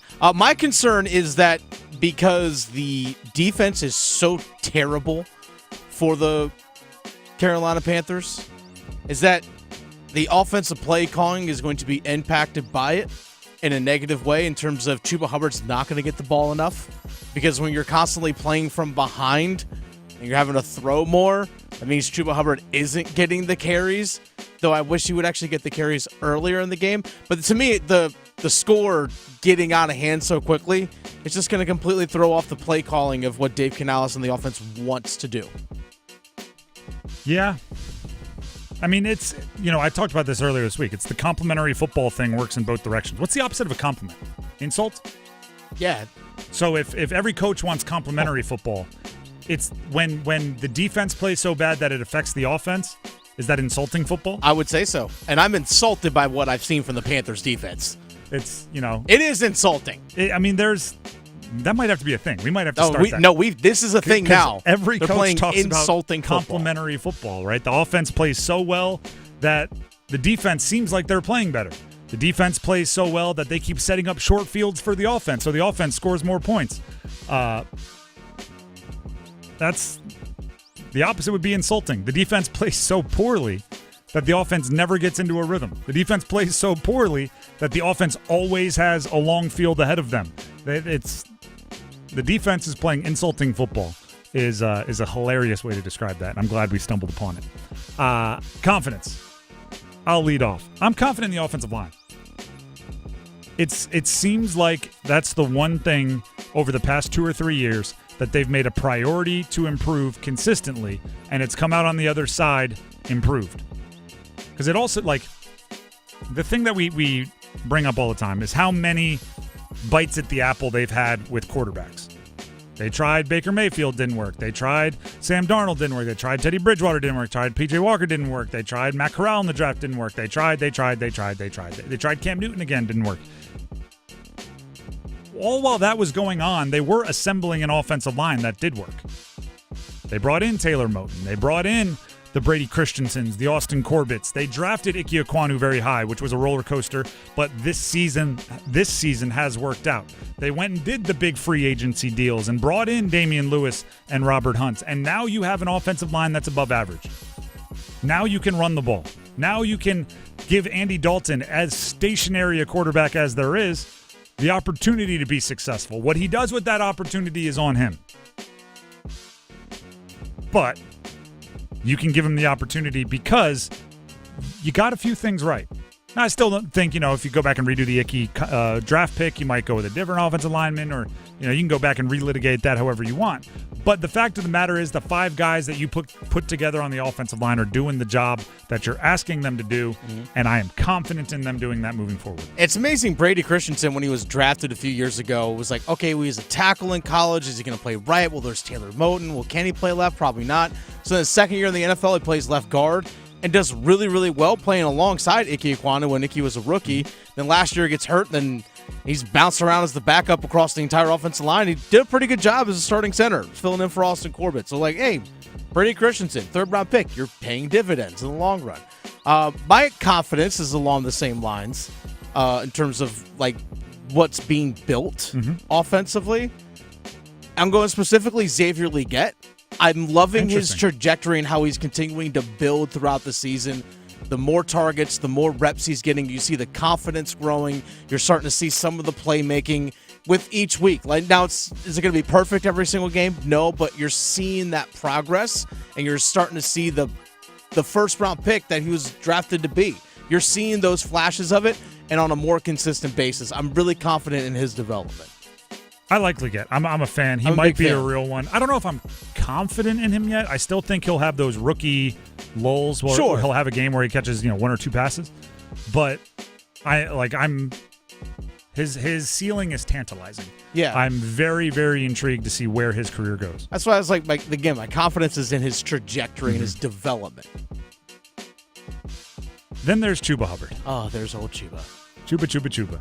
Chuba Hubbard was just traded in one of my Dynasty fantasy leagues for quite a bit. Okay. His stats are starting to be respected across the country, and it's interesting because that means people aren't as afraid of Jonathan Brooks maybe coming back and eating into that total, because Jonathan Brooks is practicing now. He's a 2nd-round pick this past year. I would be interested in this. Speaking of going back and relitigating drafts, do you think if Dave Canales head coach, Dan Morgan the GM, knew Chuba Hubbard would perform the way he's performing this season, do you think they still make that Jonathan Brooks draft pick? Yeah. Even knowing you got a guy with, if we count 95 plus as 100 yards, four straight 100-yard games? Yeah, if you factor in pass catches too, yeah. Yeah, he's 25, not a lot of tread on the tire. No.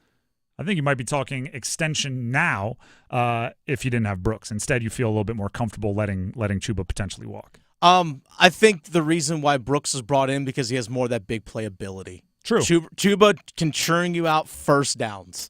True. And he can occasionally pop off the big run. He says 2 longest of his career, 38 yards this season. But 38 was this season. He's showing more pop than he has in the more, past. But again, the playmaking probably comes from Brooks. Jonathan Brooks actually spoke to the media. We'll give you a little clip here about his return. He practiced yesterday. Today he was not in pads. Of course, they're going to manage all kinds of workload for him. They're not going to let him go full steam right out the gate. But he did mention that his return is more mental than anything. Truthfully, I'd say it's a lot more mental than it is physical. It's going out there knowing that my knee is good, trusting my knee, trusting that God healed my knee, and is putting me back out there for a reason. The time is right. It feels like it's right. The coaches believe it's right. It feels like a good time, and today was a good confidence booster for me. More mental than anything. I think, it's going to be mental for a while. Yeah, I almost think you can see it. I don't know if we've quite seen it with Javonte Williams yet. You see the moment where they have a run where they're running full steam and they cut hard on the injured knee, and you almost hear their brain go, oh, now we'll trust it. You need, after those, you blow your knee out, you're just so tentative, right? You've been limping walking upstairs, and you've been on the scooter, and it's hard to just go all right, now I'm going to be the most explosive athlete on the field again. Jonathan Brooks definitely hasn't had that moment. He definitely hasn't had that, oh, I'm going to trust it moment. So for that reason, I think it's Chuba's backfield at least for this year. Even if Brooks comes back and is a complimentary player, it is still Chuba Hubbard's backfield. So we thought we'd put Chuba Hubbard on the Dan Morgan dogometer, the dog scale. Dogs. Like, we need some dogs. Dan Morgan, when he took over as GM, made it very clear he wanted to assemble a roster full of dogs. DAWGS. It is a personality type. It is a attitude. It is... Sorry, Chuba, you're a bulldog, but it is breaking news time. Go ahead and fire the breaking news. We just talked to this guy. Who? Jeff Goodman, the Field of 68 is reporting Virginia head basketball coach Tony Bennett is retiring. What? Like now? I'm going to read you the full tweet from Jeff Goodman. Okay. Who, by the way, Jeff Goodman in the Field of 68, they were at ACC tip-off with us. Yeah. They were a part of the interview rotation that we were a part of. Mm-hmm. This is from Jeff Goodman. Breaking. Virginia head coach Tony Bennett is retiring. Source told the Field of 68. Whoa. I can't emphasize this enough. We just talked to Tony Bennett. And like a week ago. And literally a week ago today. He sat down with us. We chopped it up about the upcoming season. Yeah. We chopped it up about ACC basketball. We actually did a little retrospective. Maybe I should have noticed that he was willing, because a lot of times you talk to Tony Bennett, he's not the biggest storyteller guy in the world. He's a basketball kind of lifer. He was like, we talked about Klay Thompson, who he recruited to Washington State years ago. We talked about some of his old players. So maybe there's some, I don't know. I'm going to echo a tweet that I just read because this hadn't even entered my brain. Sincerely hope this is not health related. That had not even, like, obviously we're reacting to this live on air. And if you're just tuning in, Virginia head basketball coach Tony Bennett is retiring, according to a source speaking to the Field of 68. He is one of, 7 coaches that at the time we talked to him were active and had a national championship. Yes, I will echo that thought just because I don't know what else to do with it. Sincerely hope this is not health-related. There's no family emergency or anything along those lines that is kind of requiring more time of him, so he has to walk away from the game. But Tony Bennett retiring. Goodness gracious. Yeah, and Jeff Goodman would not put that out there unless it's a very credible source. I would expect that. Yeah, he probably wouldn't be reckless like that.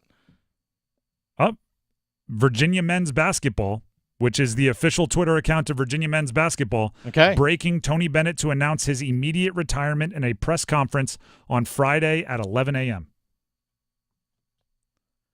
Whoa. The reason why I'm so shocked, I'm not shocked that a coach as good as Tony Bennett at his stage in life is retiring. Jay Wright did it not long ago from Villanova, another coach that he actually won multiple national championships at Villanova. There's 2 reasons why it's surprising. One is the timing of it. Like, games are about to start. So practices have already started. Yeah, like exhibition games. We're knocking on the door of real-life basketball games. We literally saw UNC play 2 nights ago against Memphis. So the timing of it is why I say I really hope this is not some kind of emergency decision from him that is related to something else more serious in life than basketball. The second reason why this is so surprising is I can't emphasize this enough. There was I'm running through. We talked to him for 10 minutes. He hung out a week ago, and I'm now running through the conversation to think, like, was there a hint that I missed? Should I have asked a question about his future? I genuinely went through the conversation impressed by him. We were talking about how it was the youngest team by age in the 15 years he's coached UVA. There was no. We talked about how TJ Power came out of the transfer portal from Duke to UVA and how he was recruiting him out of high school. Gosh, we even joked about how their play-by-play guy, John Freeman, is his high school exactly teammate of there mine. Was nothing out of the ordinary whatsoever. And this is about as out of the ordinary a decision and an announcement as you could possibly have for somebody like Tony Bennett. Yeah, he doesn't strike me as a person that's just going to go, And I'm out. he struck me as someone who loves basketball, first of all. Oh, yeah, very much so. By the way, played basketball. For the Hornets. Yeah, he played for the Hornets. He played with Larry Johnson and Muggsy Bogues. We joked about how his players are so young, they don't know who Larry Johnson grandmama is. Like, this is, like, it was all, he's a basketball guy. He played at one point in time, this is not a joke, I think it was in New Zealand, for the Burger King Kings. You can go look it up. He's been quoted saying, joking, that they got paid in Whoppers. It was the Burger King Kings overseas. You are a person that loves basketball if you played for a team who in their name had a fast food restaurant. That's holding on to the dream. Then he became a coach, rose to the highest highs, won a national championship, was starting to build his kind, or actually, I will say, was already in the depths of building kind of his Coach K family at UVA. He was bringing Kyle Guy back to be an assistant coach, a player that won that national championship with him not long ago, was one of the stars, was playing overseas, gave up a playing career to come coach for Tony Bennett. That's very Coach K-like. You're going to have the Nolan Smiths, the John Shires, the Nate James, the Wojos, the Chris Collins on your bench. He was one of the standard bearers in the ACC as far as head coaches go. That is surprising. Again, if you're just tuning in, news just broke. Virginia men's basketball has confirmed it. Tony Bennett to announce his immediate retirement in a press conference on Friday at 11 a.m. Your imagination runs to a million places you don't want it to go. Mm-hmm. Is it something health-related? Is there some kind of scandal, which I can't anticipate, but again, you don't want your imagination to run there. Could it be something more altruistic than that? Could it be something like he has a beloved assistant who he feels like would get the shot, but not if they had time in the offseason to look elsewhere for a head coach? So he waited as long as he could to announce it so the assistant would be slid into the head coaching chair. I don't know. That probably doesn't make sense. But in a nonsensical situation, how do you make sense? This hurts the ACC. UVA is a worse program without Tony Bennett. I'm confident in that. Now, assuming it's nothing serious, and there's no, real bigger than basketball reason that Tony Bennett is retiring, how soon till we get to start with the jokes with maybe now they'll score 70 a game? Yeah, I think you just started it. I'm asking. I didn't make the joke. I'm saying. I think you asked and said it. I'm saying how soon until it's okay to make jokes about if I had to watch UVA basketball for 15 years, I may want to retire also. How soon? I'm just asking when those jokes are appropriate. I'm not making those jokes. Do you think he's an NBA head coaching candidate anytime soon? I don't know. He's 55 years old. Again, how old is Jay Wright? Do you mind looking that up? I'll look that up. I thought that Jay Wright's 62. About to turn 63 later on in December. There was a moment like 5 years ago when the Coach K, Roy Williams, Jim Boeheim, like that crew was obviously inching towards retirement, that I thought Jay Wright, Tony Bennett, maybe like a Shaka Smart, like those were going to be the guys that took that mantle. Let's just say they have not. They've actually said, we're going to continue passing this mantle. They're just going to grab the baton, turn around, and give it to someone else. They held it for like a year. This is crazy. I was not expecting this. I was going to say, is there anything I'm missing? I feel like this is all very quick, very, very on-the-fly reaction. Is there something obvious that would make this make sense? Because a lot of times the best answer is right under your nose, right? The most likely answer is the simplest answer. Why? What am I missing here? Or could it be the simplest answer is just he's done? He's made enough money to be able to say he's done whenever he wants. I don't know. It'd be kind of It'd be a weird move on his part. It'd be a weird move to do it right now. For one of the classiest coaches, it would really put his program in a tough spot. It really would. I don't feel like he'd be the guy that would do that. I really don't. Which is why the imagination, but you don't want to let it go crazy. Exactly. But it's you don't hard want to not speculate. To. But it's hard not to. Apparently, he's one of 3 coaches in history, along with Dean Smith and Coach K, to lead his program to 10 or more consecutive winning ACC records. Yeah, I told you he's pretty good. And also one of 3 coaches, along with Dean Smith and Coach K, to be named ACC Coach of the Year 4 or more times. If you are on multiple lists where the entirety of the list is Dean Smith, Mike Krzyzewski, and you? Yeah. 55. We're missing out on at least, a decade of UVA being good. And they still might be good. Oh, yeah, for sure. It's hard to imagine they're better without Tony Bennett. He brought that program back up out of the doldrums. As someone who grew up in the Charlottesville area and watched some bad UVA basketball teams at times, he brought that team up. I'm not asking this as a joke. This one is serious. Where in the history of all-time college basketball coaching seasons does his national championship run the year after being the first number 1 seed in NCAA history to lose to a 16 seed and returning, getting better, keeping everyone locked in, not letting that embarrassment get him down, and winning the national championship the next year? That's a masterclass in college basketball coaching. One of the best ever. And he is retiring now. Tony Bennett to announce his immediate retirement in a press conference on Friday at 11 a.m. We'll take a break. When we come back, we got to move on. We may stay a little ACC basketball. Oh, yeah. RJ Davis, Cooper Flagg. You get to choose. Which one do you want? The veteran from UNC, the young whippersnapper from Duke. Coming up next. Football is on the menu tonight. Showtime, prime time. And we're dishing up a clash of conferences. Here we go. Woo! It's Denver and New Orleans. Pre-game starts at 7:30.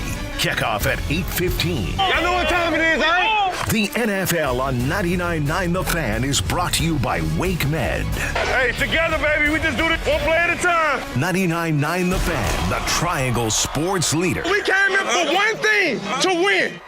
Our daughter Jessie loves playing detective. A clue.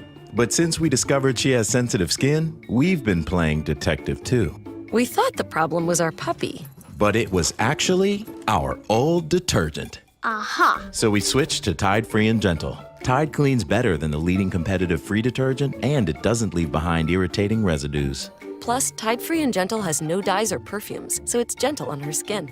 Case closed. If it's got to be clean, it's got to be Tide Free and Gentle. With all these new winners at the North Carolina Education Lottery Winners Club, we need to decide who's in charge. We need a top prize winner. We need someone who's good with words, like us crossword winners. If elected leader, I will extend the hours during which all winners can use the diamond-encrusted hot tub. Nice. New scratch-offs mean new winners. This month's tickets are packed with $370 million in total prizes. The Winners Club awaits. Must be 18 to play. Approximate overall odds of winning range from 1 in 3.04 to 4.31. Problem gambling helpline 877-718-5543. It's time for the Coastal Scholar Athlete of the Month. Creighton Blackwell here from Coastal Credit Union and 99 The Fan. And it is time for our Scholar Athlete of the Month. Today, we are here at Willow Springs High School, and we're here to celebrate Ansley Ayers. She's really encouraging and will make sure that you're comfortable with whatever you're doing, and I never have a bad time when I'm around her. Her energy is always very uplifting at practice and competitions. Last year we won a state championship. You know, she was there in the corner again, hyping everybody up, just giving them just some words of wisdom before they hit the mat. Ansley is an amazing athlete. She's a leader on the team and a great student. Love having her in class, and she's really good and represents the school well.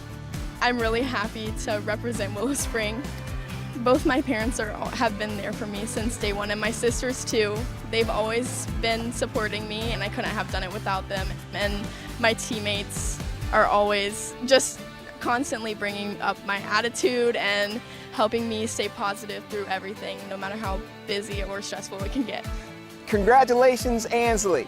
For over 20 years, 99.9 The Fan and Coastal Credit Union have been recognizing scholar athletes at Triangle area schools. If you'd like to nominate a high school athlete, text AWARD to 919-860-5326. That's AWARD to 919-860-5326.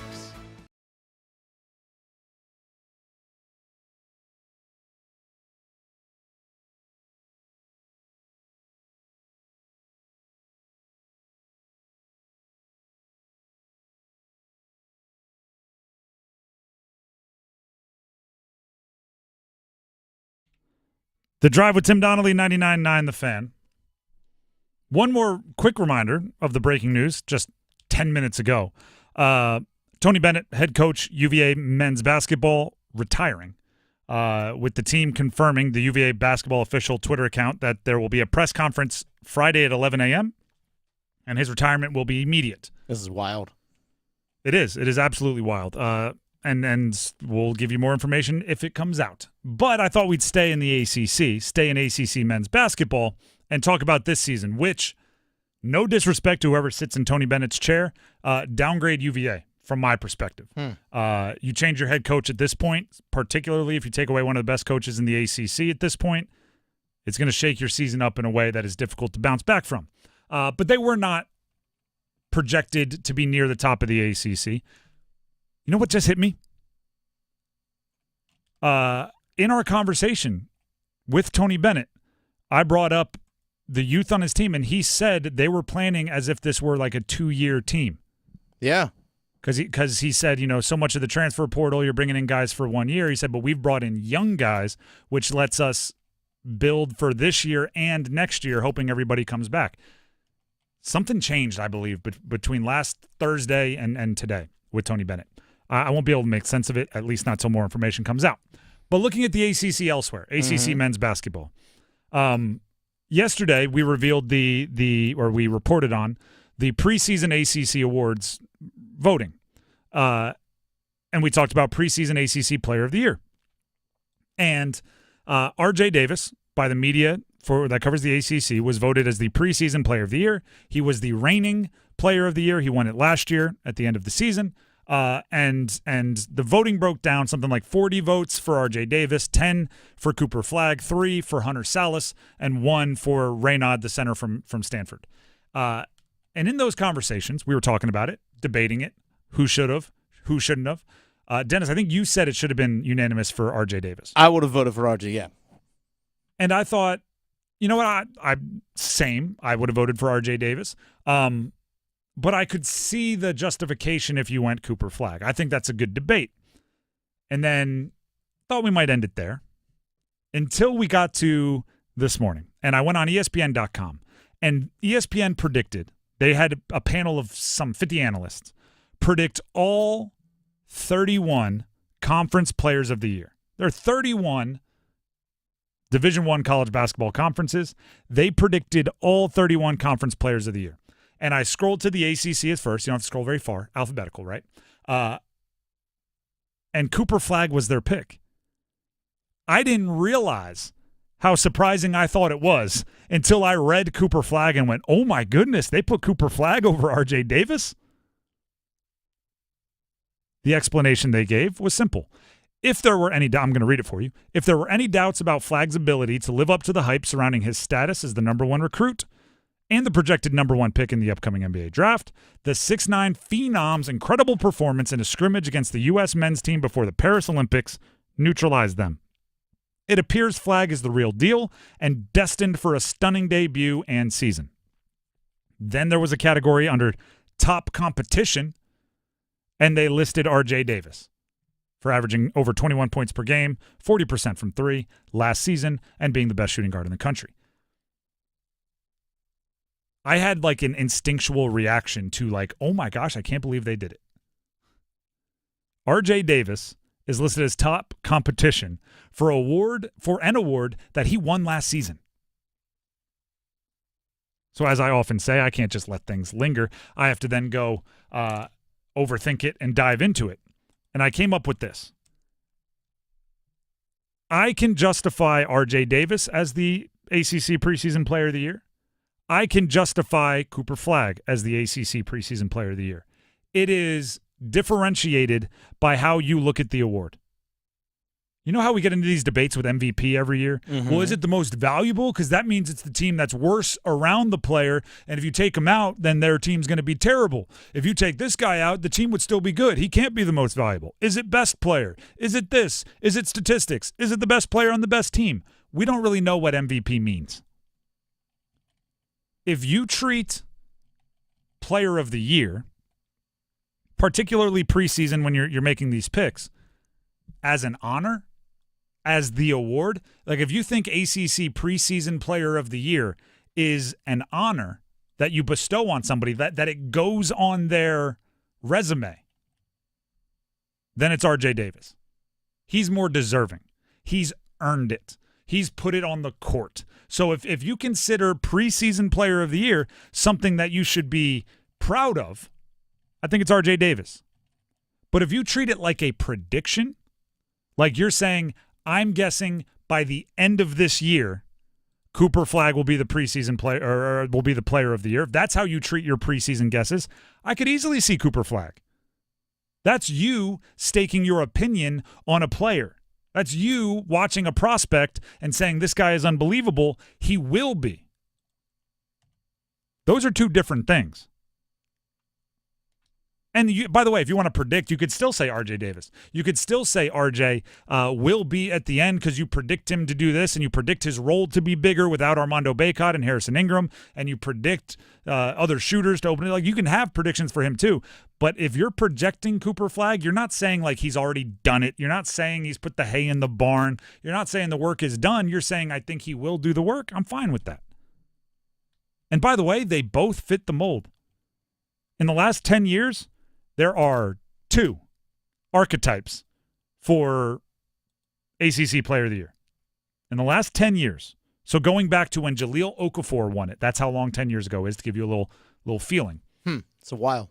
There are essentially 2 archetypes, 2 like types of seasons or types of player. The last 4 winners have been seniors or graduate seniors. And they've come from across the realm, right?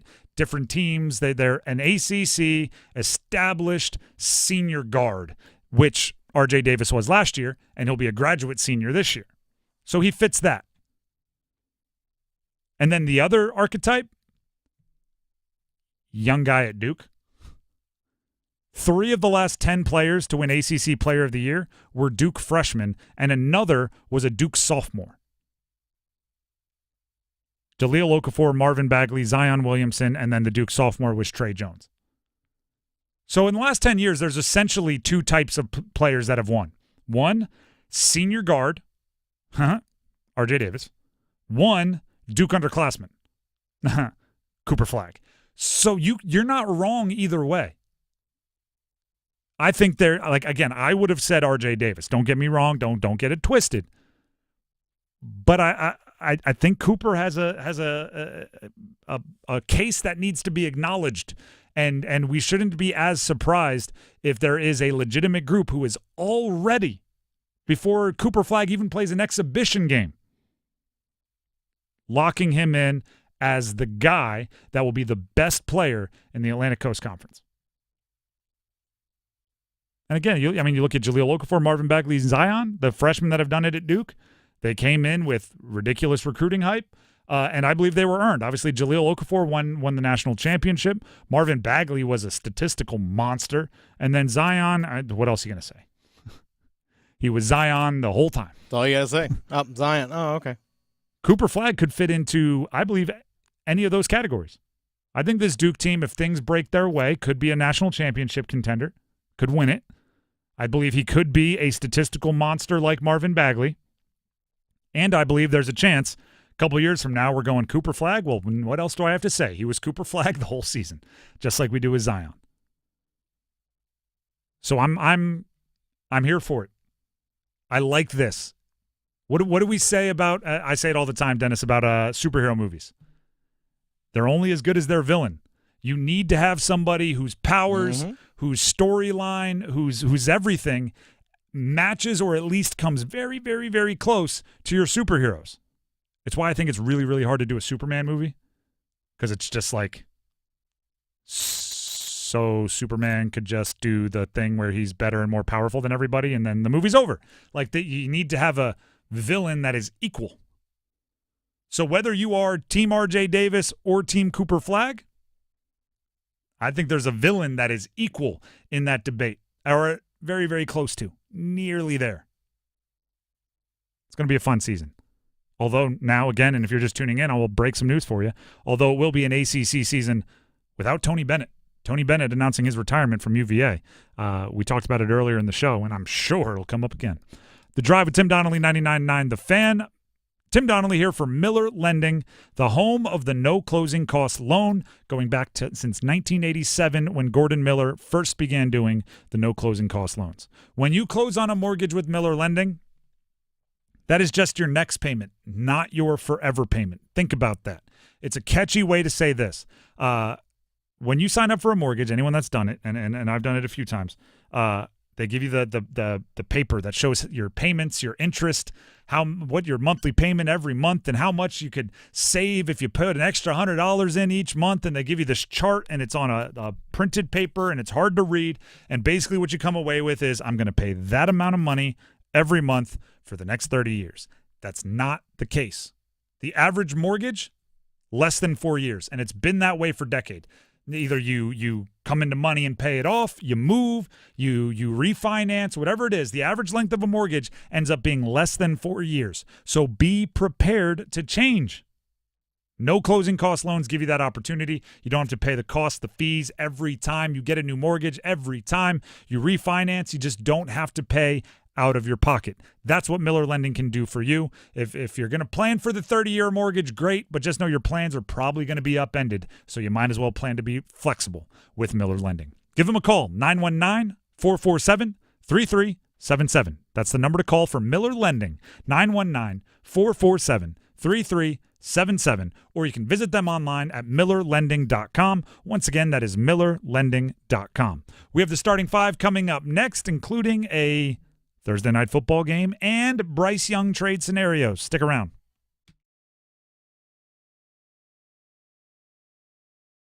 Move your sports day forward. The Panthers can't finish. I agree with that in terms of Dave Canales, but I'm not sure they have the horses to finish. And here's the most challenging part about it if you're a Carolina Panthers fan. It's not the frustration that you're like, oh man, there's another loss or whatever it is that I'm not sure it gets any better the rest of the way out for you. Get set up.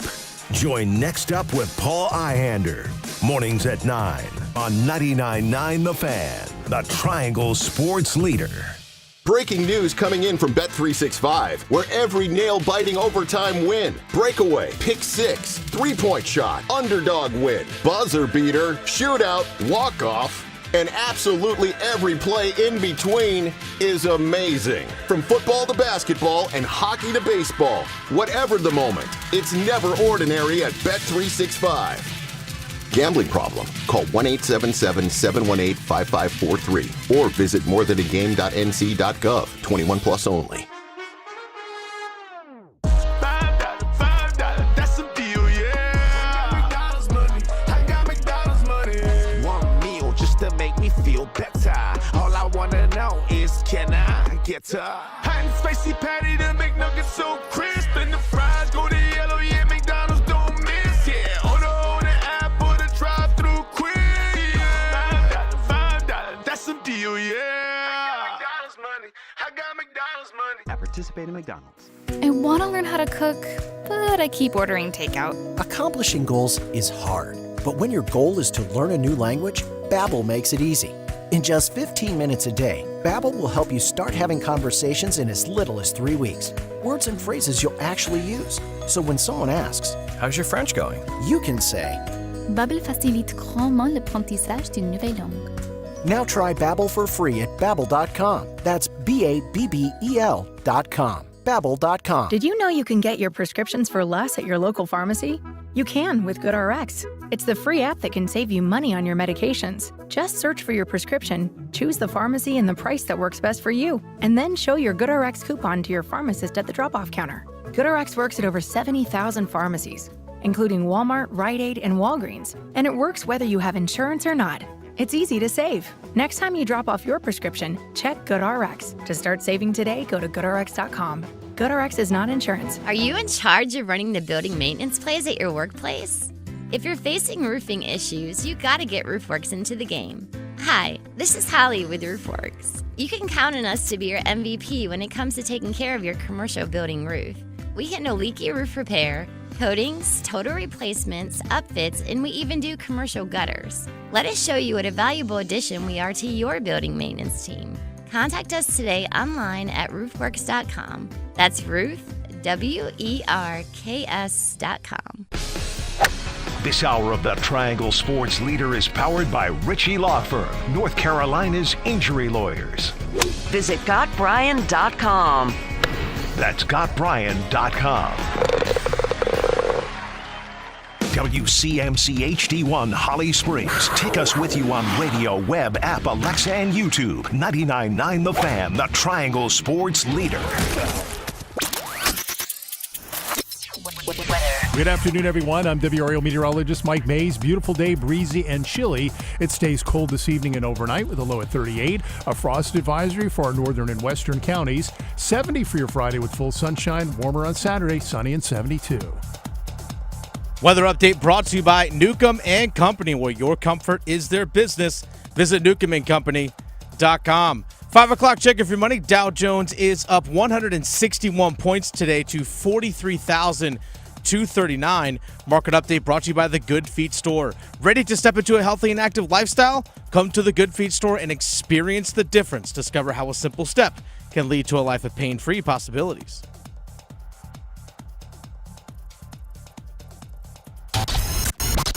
It's 5 o'clock.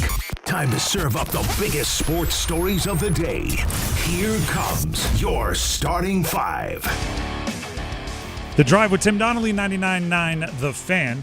Before we jump into the starting five, I have something that may interest you if you're looking for something to do on a Friday night. Ooh, go on. We've got some fan football flash seats on Friday night on Facebook.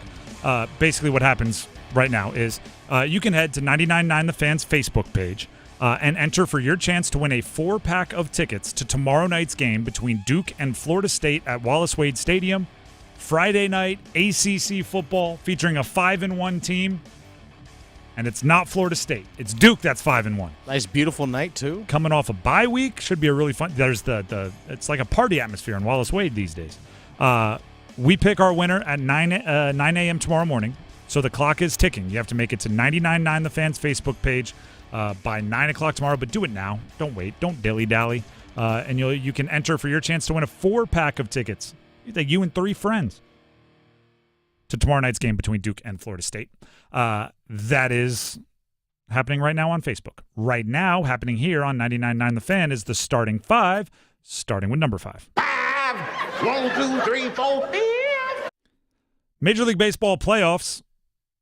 Today's action not quite underway yet. It'll be less than 10 minutes away, opening pitch for the Yankees and the Guardians. Yankees lead that series 2-0. It is the ALCS. So the Yankees are 2 wins away from the World Series. Does that get you excited or does that bum you out? A little evil empire action making it potentially to the World Series. No, because it was my prediction. Therefore, I feel good about it. So you're I want to be right rather than I want to be happy. Well, yeah, but I would be happy being right. And I want to see Shohei Ohtani on the biggest stage. I want to see the best Shohei player. Ohtani's not making it to the World Series anyway. Well, because your Mets. Because the Mets are, yes. Yeah, the Mets are going to win it in 5, right? All I know is take away game 1. Yeah, they'll win it in 5. Well, they will win 4 games. There's a 5 there somewhere. Think about it. Yeah, don't get too caught up. I don't even know what that means. I'm looking for something real quick here because okay. Give me yeah, there it is. Are you aware of the payroll for the New York Yankees? It's a lot of money. It is roughly $310 million. Oh, just that?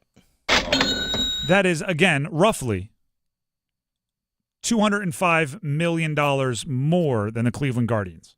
Okay. And you're rooting for the Yankees. You're just rooting for the conglomerate, corporate, money-spending, buy a championship Yankees. Nobody tell Dennis that the Mets is about $10 million more than the Yankees. Nobody do it. Most of that for the Mets, though, is dead contracts. They're paying Scherzer a lot of money. They're paying guys elsewhere. Mm-hmm. Active 26-man rosters. The Yankees have the highest payroll in the entire league at $260 million. That is well above the Mets at $186. Cleveland, meanwhile, an active payroll, $50 million. The players on their 26-man roster are making $210 million less than the Yankees, and they're expected to compete with them in a 7-game series in the ALCS. Baseball is weird. I'm not a fan of salary caps because I think it artificially holds back the value of players, but when you see this, it's hard to argue. The only reason we get to see Green Bay even be a Super Bowl contender is because the Cowboys can't outspend them by $700 million every year. Mm-hmm. Let's go Guardians, huh? Getting it done on a budget. Also, let's go Mets. That game's taking place later today. Okay. Your Mets. My Mets. Let's go Mets. And let's LFGM, if you know what I'm talking about. They need to win tonight. It's a backs against the wall situation. They're down 2-1 to the Dodgers. Can't go down 3-1 to a team with that much talent. Shohei or Mookie or one of them will close it out by themselves if you let them get there. So must-win game tonight for the Mets, but they're going to win, so it's not a big deal. That's number 5. Anything you want to add? I just talked about baseball. No, I'm good. All right, that's number 5. Let's get to number 4. 1, 2, 3, 4, all together. It's a 2-screen night because we also have Thursday Night Football going on. Right here on the Fan, by the way. You can listen to – you could listen to it if you're watching baseball. Listen to the football game. Denver at New Orleans. This one is if you were going to watch baseball, this is probably a good Thursday nighter to miss. I'm just throwing that out there. Bo Nix and that offense for Denver haven't exactly hit their stride. An occasional flash of something that might be considered offensive football. But Javonte Williams hasn't been great. Jaleel McLaughlin hasn't been great. Tyler, Beatty is hurt. Audric Estime maybe could turn into something as far as running the ball for Denver. But they haven't gotten much taken care of. New Orleans on the other side has had some big flashes of greatness. Their first 2 games, Derek Carr was the MVP, and one of them was against the Carolina Panthers. But then everybody got hurt except for Alvin Kamara. Derek Carr not playing. Instead, you know who they got. South Carolina Gamecock. Oh, yeah. Spencer Rattler. There you go. Then they also have Chris Olave hurt. He's in concussion protocol. Mm-hmm. Thursday night's really tough to get cleared from protocol if you suffered it the previous Sunday. Rashid Shaheed, their big play guy, caught the opening touchdown of the season against the Panthers. Mm-hmm. He is on season-ending IR, having had surgery earlier today. Yesterday. They put him on IR today. I didn't realize it was season-ending. He's done for the season. Taysom Hill's out. Taysom Hill is out, so it is Spencer Rattler, Alvin Kamara. Good luck. Juwan Johnson. Payton revenge game. Sean Payton. I didn't think about that. It is a Sean Payton revenge game. How mad is he that he's not going to have all of the weapons at his disposal? And he was going to use Taysom, or he was. Oh no, wait. I'm still thinking he's coach of the Saints. He's just coaching a team that has everybody available. They just don't have a good offense in Denver. Speaking of bad contracts, how much did that Russell Wilson contract really knock them back? Bruh. Now Russell Wilson is going to start for Pittsburgh? Possibly this Sunday. Possibly? It sounds like it's more than a possible. Yeah. Likely, maybe? Leaning towards it. I know Russell Wilson was very good at NC State. I know he was very good at Wisconsin. I know he was very good in Seattle. It does feel like he's on his 8th life somehow as a starting quarterback. Justin Fields is 4-2. Well, Justin Fields actually, I think, handled it well when he says, if I played better, then this wouldn't be a discussion. Yeah, I hope he's thinking if Russell Wilson doesn't play better, it'll be a different discussion when I take my job back. He's trying to set the standard here of there's a certain level of gameplay. Yeah, just because Pittsburgh's 4-2 doesn't mean he's been great. No, but I don't think the anticipation is we're going to get great Russell Wilson either. No. He's been playing winning football. You're leading the division? Tied for? Tied atop the – how many young, cheap quarterbacks have been benched while leading the division? At least one. There's a history lesson there. That's number 4. Let's jump to number 3.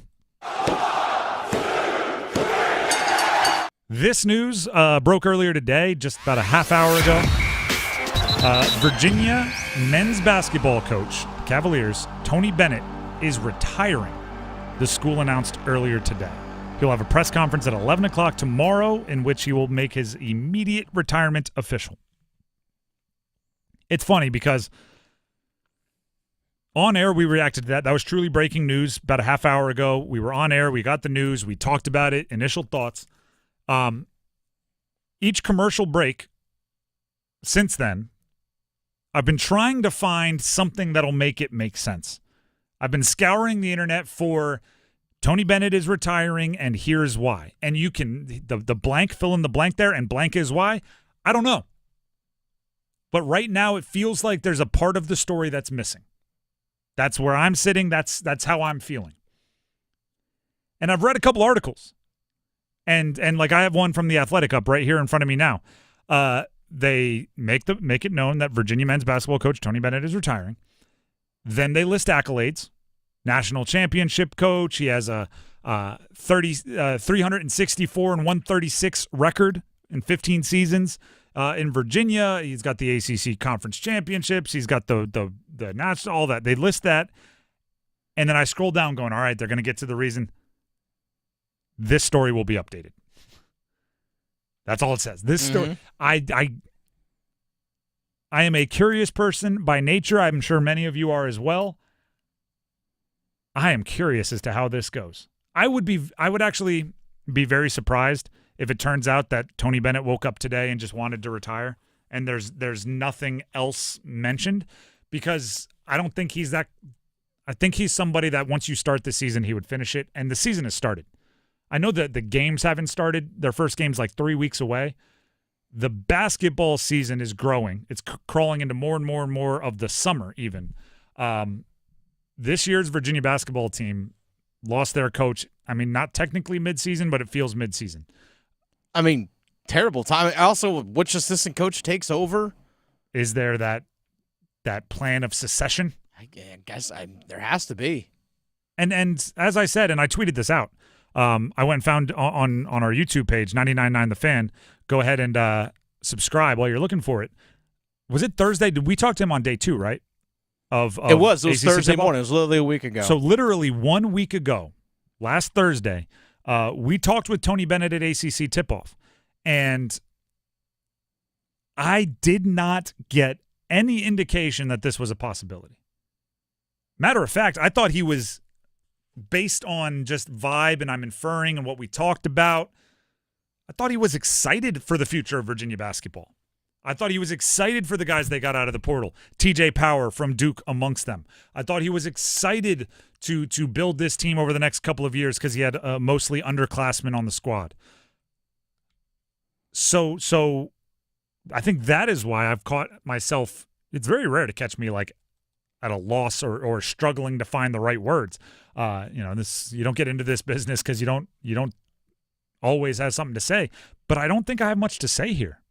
Tony Bennett retired. He's a really gosh darn good coach. Dennis earlier today was bringing up lists of accomplishments where the full group of people to accomplish those lists in ACC history was Dean Smith, Mike Krzyzewski, and Tony Bennett. Yep, he is one of 3 coaches, Dean Smith, Mike, Coach K, and himself, Tony Bennett, to lead his program with 10 or more consecutive winning ACC records, and is one of 3 coaches, along with Smith and Krzyzewski, to be ACC Coach of the Year 4 or more times. If you're on lists with just those 2 guys in ACC basketball history, it's a good thing. It's a great thing. You can, I want to be clear here, because I made a couple jokes earlier, and over the years, especially when I was working for the flagship station of Virginia Tech Athletics, there's quite a few jokes made at the expense of the style of play that UVA played. Yeah. They like to grind it, the pack line defense. They like to, a win that was 57-54 was A-okay with them, even though it's not the most exciting basketball to watch. Those jokes, I'm not taking any of them back. It's part of playing that style. But you'd be hard pressed to find anyone that said they weren't good at basketball. They may not have played the style you want them to play. They may not have been the most entertaining. under Tony Bennett, UVA was a very, very good basketball program to great at times, national champion. So there is a void now, I would say, in the ACC coaching world. If I'm not mistaken now, and again, I'm just thinking off the top of my head here, no active ACC coach has a national championship. No. With Roy Williams and Coach K and Jim Boeheim and now Tony Bennett all retiring, I don't believe gosh, it's been a long time since that's been true. Mm-hmm. The ACC. Gosh, we better win a national championship in this conference this year. Somebody. Step up and do it for us. It'll be the only time we root for Miami or something. If they're in the Final Four, we'll be all the U'd out. Gosh, that's weird. And then Jim Larinaga, and then he'd probably retire. Never mind, not Jim Larinaga. One of the young guys go win a national championship and then sign a 35-year contract so we can lock one in for the ACC. It's crazy. Tony Bennett's retiring. As you can tell, my brain is pretzeled. That's number 3. Let's get to number 2. Just the two of us.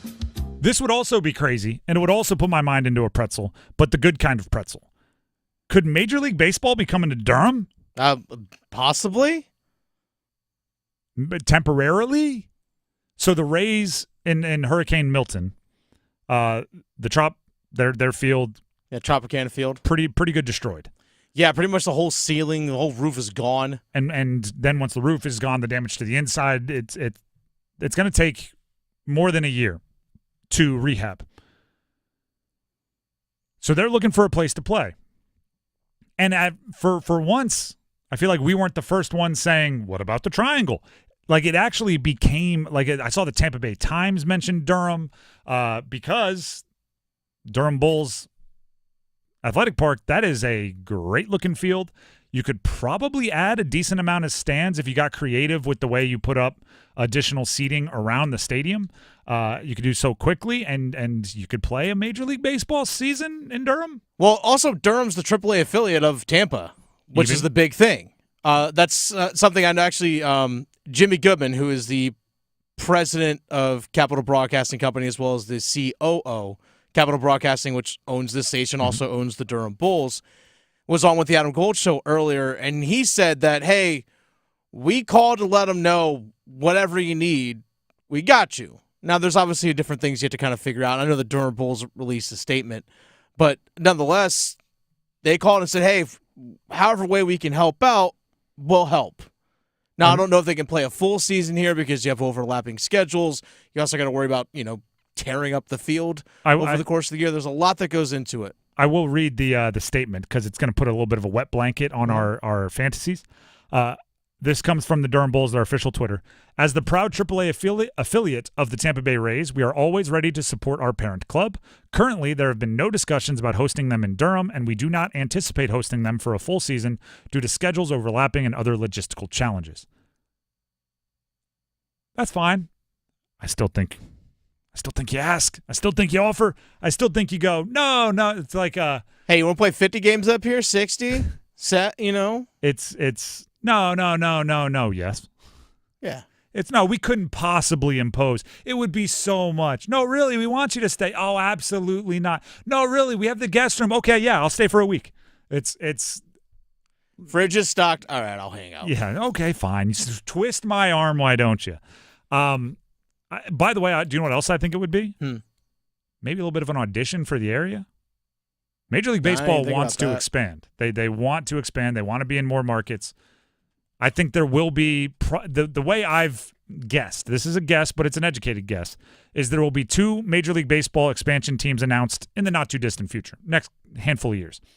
One of them will be on the East Coast. One of them will be international. Whether that is Montreal, whether that is Mexico City, whether that is somewhere else in Canada, one will be international and one will be on the East Coast with Nashville, Charlotte, Raleigh, maybe it's something like Orlando, but probably not. Somewhere on the East Coast, the other option. Maybe if you do a great job hosting, you offer to host, you do a great job, you show up, you buy tickets, you get excited. When the Yankees and Red Sox come to town, you sell out, but also when the other teams come in, you sell out. You show you're a true baseball market. Maybe we get another professional team around this way. Possible. That's number 2. Let's get to number 1. Go 1! Canes' latest. They play tomorrow. They do. Canes are 1-1. Feels like some teams are like 14-12, and the Canes are 1-1. Canes are 1-1. They've played 2 games. They won their most recent against the Devils earlier this week. There has been some news going on. Brendan Lemieux waived. Do we know if he's cleared waivers? He did clear waivers today. He's been assigned to Chicago of the American Hockey League. I do think that was a bit of a risk, putting him on waivers. I wouldn't expect anyone else to claim him, but I wouldn't have been like jaw on the floor shocked if somebody did. I don't think this is mean to Lemieux. I think this is honest to Lemieux. I think he is the perfect healthy scratch. Mm-hmm. I think he is a great dude to have with your team, have him around if you need him in case of injury, but also a healthy scratch that sometimes plays without an injury to anybody else. Sometimes the coach recognizes we need a little bulldog out there. We need a little sandpaper. You throw Lemieux to just spice it up because he brings some of that. It's hard to keep a player like that around consistently, but when he's in that role, I think it's perfect. I'm sure he would like to be an everyday player, so it's like that's why I say like it could be taken as an insult. But he's going down to AHL. He's staying in the program, staying in the franchise. I would not be surprised if he's needed at the NHL level once, twice, 3 times this year. Oh, we'll see him in a Cane sweater at some point this year Yeah. because injuries are going to happen, and we'll see him probably at some point. But also for him, he's like, hey, I want to play. Mm-hmm. He's probably like, yeah, I'll go down to Chicago so I can play. I mean, his contract's guaranteed. Let me go play. It's minutes, and when there is an opportunity that's real, give me a call. Exactly. It's a short flight from Chicago to wherever the Canes are playing, and I'll be there. Well, and speaking of being on the road, they're going on the road for the next 9 months, I believe, because of the state fair. They're all in Pittsburgh tomorrow, then Saturday they're in St. Louis, and you get a bunch of West Coast games coming up here in the near future. So Canes After Dark coming up next week, folks. Be ready for it. Canes aren't back home till Halloween in 2 weeks. Yeah, on Halloween, exactly. They have Boston at home on Halloween. I'll give you the rundown there. At Pittsburgh. Yep. At St. Louis. Yep. At Edmonton. Ooh. At Calgary. Okay. At Seattle. Ooh. At Vancouver. Here it is. Finally home against Boston. Canes After Dark, folks. Right here on The Fan. I might be the only one. I like this road trip every year. I don't like it for us because I don't like staying up. The Seattle and Vancouver game are 10 o'clock puck drop. Yeah, that's brutal. I don't like that, but I do like the idea of every year, in the first 2 weeks, you and the team are taking it to the road, you against the world. You're going to be going into a bunch of enemy territories. You're going to be hanging out. You're going to be on a lot of buses, a lot of planes. You're going to be it's good for a team to get that bonding very early. You want to win the games, obviously, but there's other goals. I think it's no different than remember the Titans? We go to Gettysburg for training camp. It's like, we're going to go on the road. We're going to get closer as a team. It's a little different than that, but it's the same general idea. I like these kind of moves. So they're playing Pittsburgh at Pittsburgh tomorrow. And you mentioned this whole road trip is because of State Fair. I'll give you a minute here. Favorite State Fair food? Ooh. So many deep fried options. The deep fried Oreos are good. Deep fried Oreos are good. It's hard to go wrong with a funnel cake. The big corn that they have is also on great the stalk. Too. Yeah, it's just a big. Not even on the cob. It's exactly. On the stalk. That's going on. I mean, the fair's coming up today. Here. Yeah, it's going on. So if you're out there enjoying it, let us know what food you eat because Dennis will live vicariously through you. Yeah, I will. Before we get our numbers game contestants, here's Dennis Cox. Hey, Dennis Cox here for my friends over at Loan Pronto. Question, what if you could be debt-free by this January? I'm talking about all that high-interest debt. Pay off all your credit cards, your car loans. Consolidate everything into one lower payment. If you're ready to stop stressing over bills, you need to call Loan Pronto right now. With rates at their lowest in 2 years, this is the perfect chance to use your home's equity and save big going into the new year. Loan Pronto's got rates with APRs in the low 5s, and they're getting homeowners hundreds of thousands out of their home's equity. Homeowners who do this with Loan Pronto save on average $850 a month. Loan Pronto offers a ton of options, including total refis or their Express Equity line of credit. So Call now, get a rate quote in just minutes with no hard credit pull and no upfront fees like those other guys. Call today and you won't make a house payment until 2025. LoanPronto.com, 919-381-1760. LoanPronto.com, free rate quote in minutes. Call now, 919-381-1760. Equal housing lender, NMLS 1661781. On approved credit, NMLSConsumerAccess.org. The Drive with Tim Donnelly, 99.9 The Fan, needs numbers game contestants. We have a $25 gift card to Sammy's Tap and Grill, home of Pittsburgh watch parties, for every pro football game, located at 2235 Avent Ferry Road in Raleigh. We have that gift card to give to the winner of the numbers game. If you want to play, you have to call in now. We need 2 contestants, 919-860-5326. That's 919-860-5326 for your chance to win. Call in now. Numbers game next. Football is on the menu tonight. Showtime, prime time. And we're dishing up a clash of conferences. Here we go. Woo! It's Denver and New Orleans. Pre-game starts at 7:30. Kickoff at 8:15. Y'all know what time it is, right? The NFL on 99.9 The Fan is brought to you by Wake Med. Hey, together, baby. We just do this one play at a time. 99.9 The Fan, the Triangle sports leader. We came here for one thing, to win. Connection, opportunity, possibility. It's what we all want. Spectrum has built a world where anything is possible, with products and services designed to work better together for a seamless connectivity experience. A connection to family and friends, a connection to education, and a connection to new opportunities. So there's no limit to how big we can dream. That's Life Unlimited. That's Spectrum. Adam Gold in studio with my man Patrick Day from the Aluminum Company of North Carolina. Everything for the exterior of your home, but it's also everything for the peace of mind of the customer. Talk to me about the trust factor and everything else that you guys offer. I got to tell you, I think one of the biggest things for us is we don't take any payment from you for any of your home improvement needs until we're done with the project. I hear stories all the time about people putting down deposits with companies, 25-50% of the project total overall, and they don't even know, they don't show up. Right. You've lost whatever percentage you put down, that's how much power you lost already. Right? Right. So with us, you pay nothing until we're done. Typically we're not the least expensive and we're certainly not the most expensive. You get 3 or 4 estimates, we're going to fall right there in the middle. But, you're going to have a warranty that's lifetime, transferable for 10 years on any of the products we sell typically. And we've been around since 1961. You can trust us. We've been around forever. It is about trust. And I think you guys are the most trustworthy business that I know. Aluminum Company of North Carolina, aluminumcompany.com. Disturbed. Live. The 25th anniversary of the 5-time platinum album, The Sickness. 2 sets, 1 show, The Sickness in its entirety, and greatest hits with special guests, Daughtry and Nothing More. April 14th, Lenovo Center, Raleigh. Tickets on sale Friday, October 18th at livenation.com. Disturbed. Live. Our daughter Jessie loves playing detective. A clue. But since we discovered she has sensitive skin, we've been playing detective too. We thought the problem was our puppy.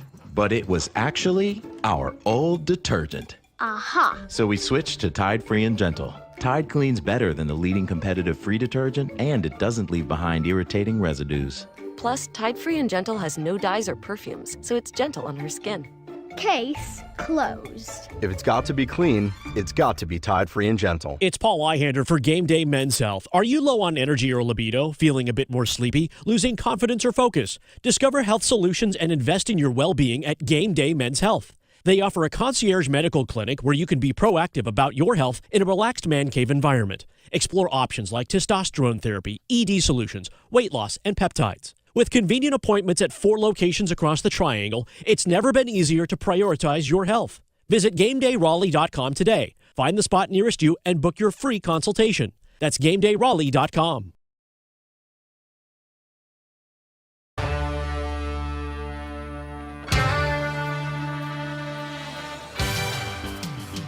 The Drive with Tim Donnelly, 99.9 The Fan.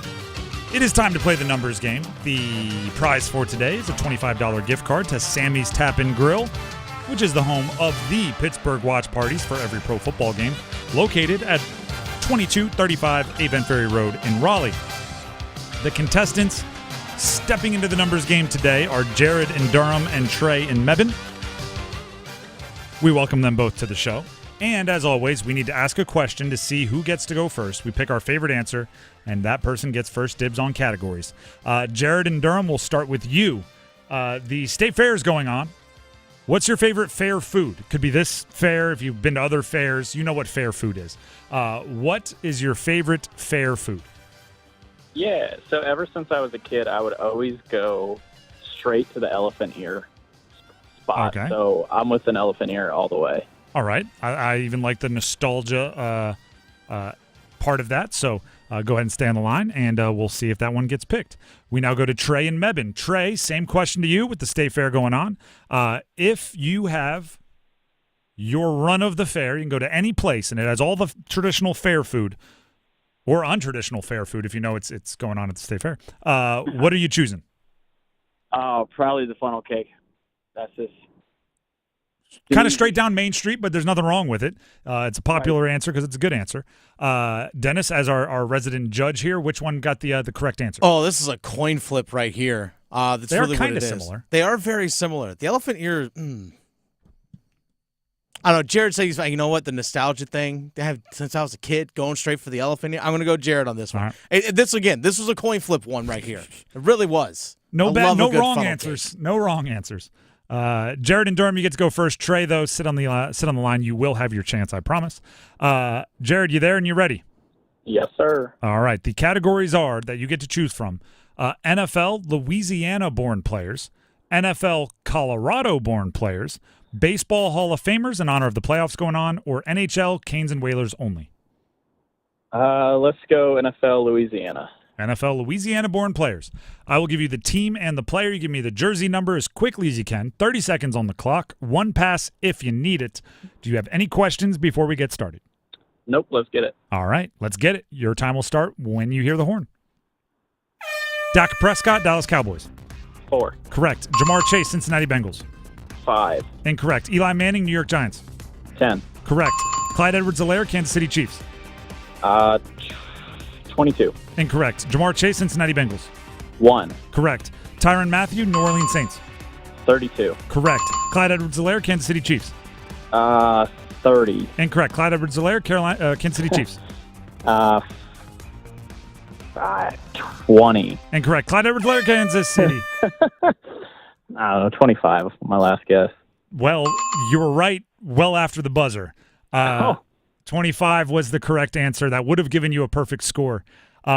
Assuming you do call in at some point and try again sometime in the future, once you get to the last one, fire numbers away. You were in the right ballpark. 29, 28. I'll just keep saying the name over and over again if you don't have any more guesses.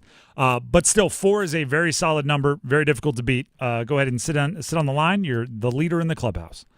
That brings us to Trey and Mebane. Trey, are you there? I'm there. All right. The categories remaining for you to choose from are NFL Colorado-born players, Baseball Hall of Famers, or NHL Canes and Whalers only. Let's go NFL Colorado-born players. All right. These are all players born in Colorado. I will give you the team and the player. Give me the jersey number as quickly as you can. 30 seconds on the clock. One pass if you need it. You need all 5 for the victory. So if you do pass, we'll have to come back and get that one for you to win. Any questions before we get started? No, ready to go. All right. Your time will start when you hear the horn. Christian McCaffrey, San Francisco 49ers. 22. Incorrect. Vincent Jackson, Tampa Bay Buccaneers. 25. Incorrect. Christian McCaffrey, San Francisco 49ers. 23. Whoa. Calais Campbell, Baltimore Ravens. 90. Incorrect. Vincent Jackson, Tampa Bay Buccaneers. 81. Incorrect. Calais Campbell, Baltimore Ravens. 59. Incorrect. Vincent Jackson, Tampa Bay Buccaneers. Oh, man, these are some tough ones today.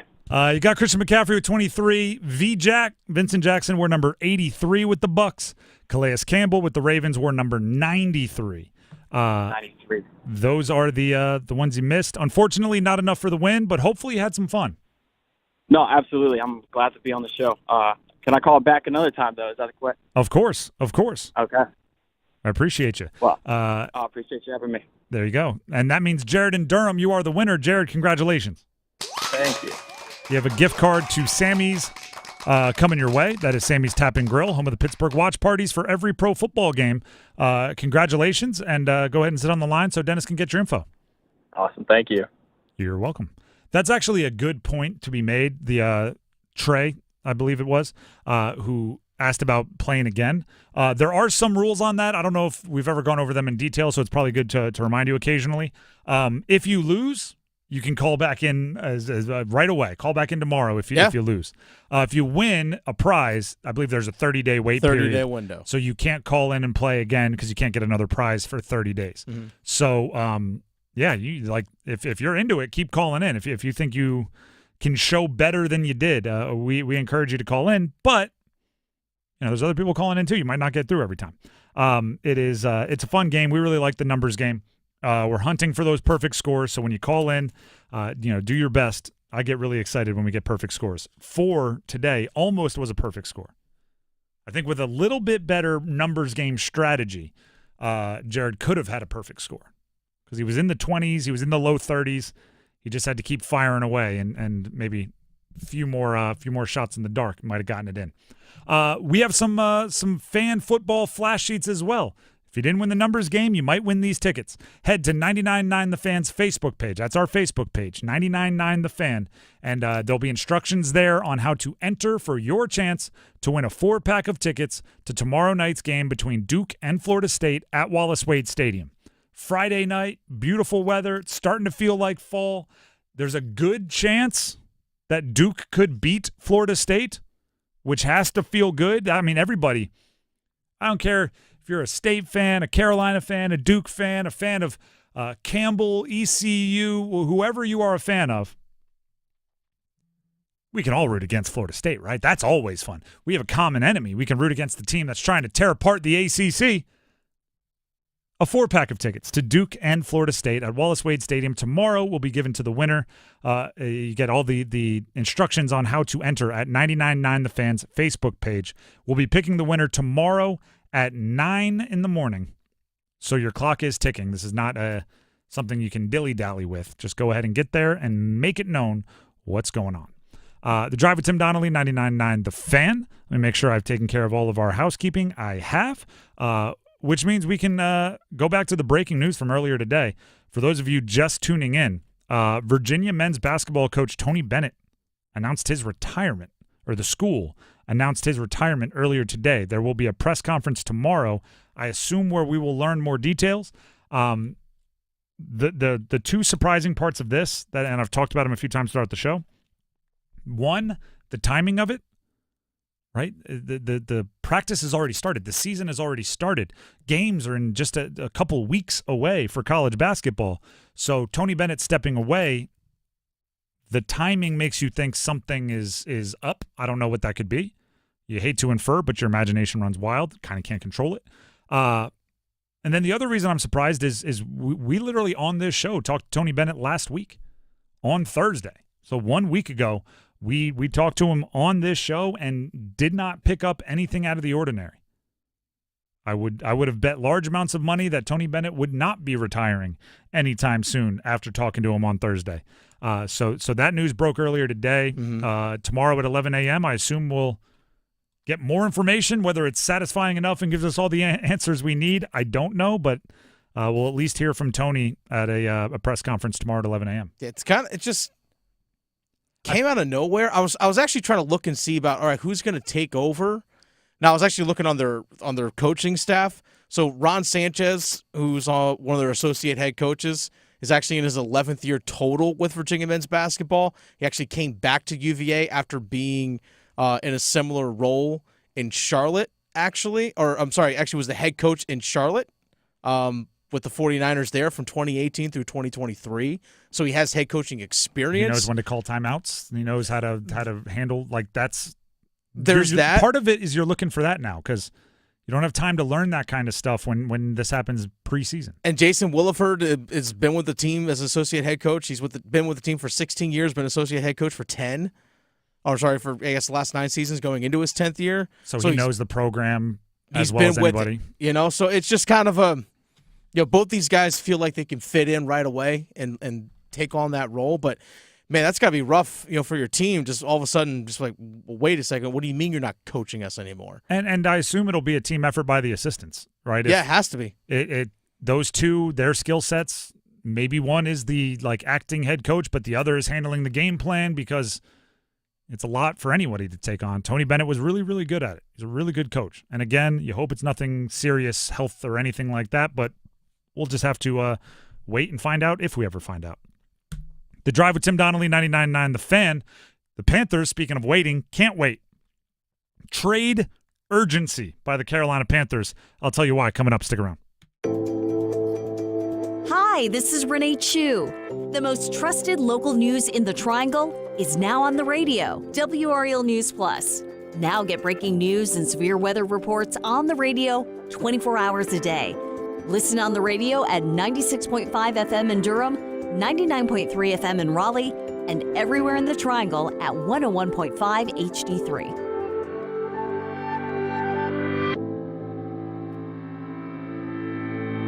It's time for the Coastal Scholar Athlete of the Month. Creighton Blackwell here from Coastal Credit Union and 99 The Fan, and it is time for our Scholar Athlete of the Month. Today, we are here at Willow Springs High School, and we're here to celebrate Ansley Ayers. She's really encouraging and will make sure that you're comfortable with whatever you're doing, and I never have a bad time when I'm around her. Her energy is always very uplifting at practice and competitions. Last year we won a state championship. She was there in the corner again, hyping everybody up, just giving them just some words of wisdom before they hit the mat. Ansley is an amazing athlete. She's a leader on the team and a great student. Love having her in class, and she's really good and represents the school well. I'm really happy to represent Willow Spring. Both my parents have been there for me since day one, and my sisters too.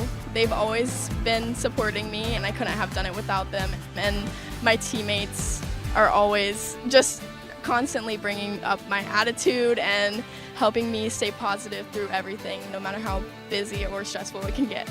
Congratulations, Ansley. For over 20 years, 99.9 The Fan and Coastal Credit Union have been recognizing scholar athletes at Triangle area schools. If you'd like to nominate a high school athlete, text AWARD to 919-860-5326. That's AWARD to 919-860-5326. It's bow time. It's not just football season. It's tailgate season. And that includes every kind of football, whether it's got goalkeepers or goalposts. The kick is good! Because it doesn't matter where or how you tailgate. When you've got crispy chicken and fluffy buttermilk biscuits from Bojangles, your tailgate is better than great. It's legendary. Head to Bojangles and order your tailgate box with boldly seasoned chicken, fixins, biscuits, and legendary iced tea today. It's bow time. There's no time like bow time. And there's no time like now to help Western North Carolina recover from Hurricane Helene. Through October 19th, participating Bojangles are donating all proceeds from Bowberry biscuit sales to hurricane relief efforts in Western North Carolina. So when you buy a Bowberry biscuit from Bojangles, you'll be doing something good and getting something good. What are you waiting for? It's Help Western North Carolina time. Adam Gold here from my friends at Travers LASIK and Dr. Lori Travers, the only LASIK specialist in the Triangle. And twice in the last week, people have asked me, how was it? And I've told them it's great. Not only is it great, but it's been great for about a dozen years. That's right. I met Dr. Lori Travers more than 10 years ago. She took me from 20/250 to 20/20 vision, and, pardon the pun, I have never looked back. I want you to do the same thing. 919-510-6830. You can get a free consultation. We love free. Also, 2 years, 0 interest financing is available. Takes about 5 minutes per eye, and you could go back to work the very next day. 919-510-6830. TraversLASIK.com. If you are sick and tired of glasses and contacts, Dr. Lori Travers, needs to be your next call. 919-510-6830 for Travers LASIK. The consultation is free. Perfect. TraversLASIK.com.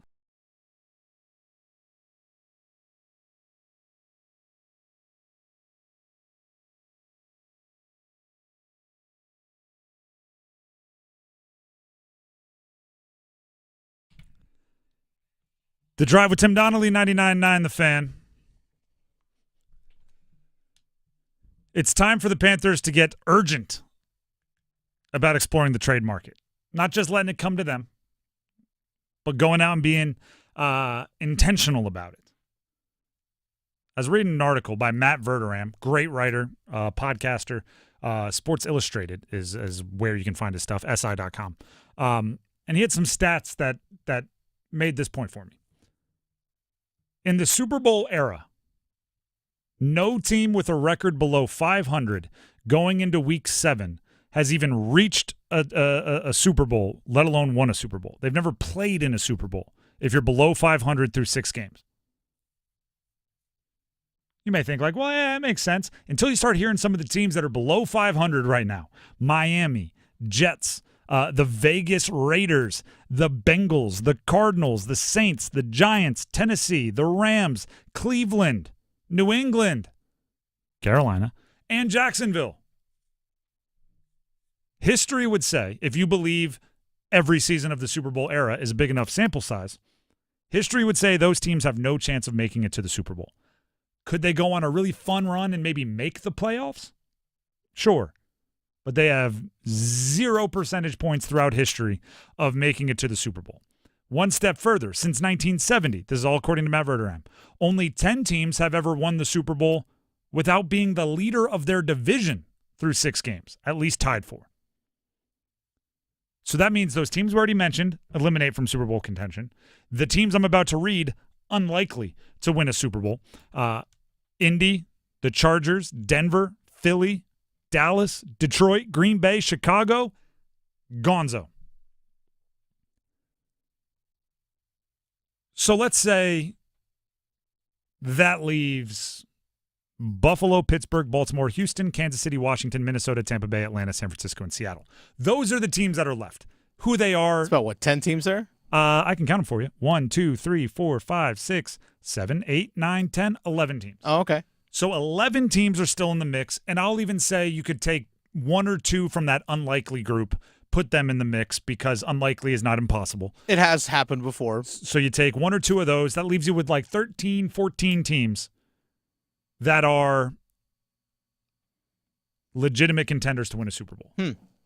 That means by process of elimination, every other team should be looking for value out of their expiring contracts, value out of their veterans who might want to go win somewhere.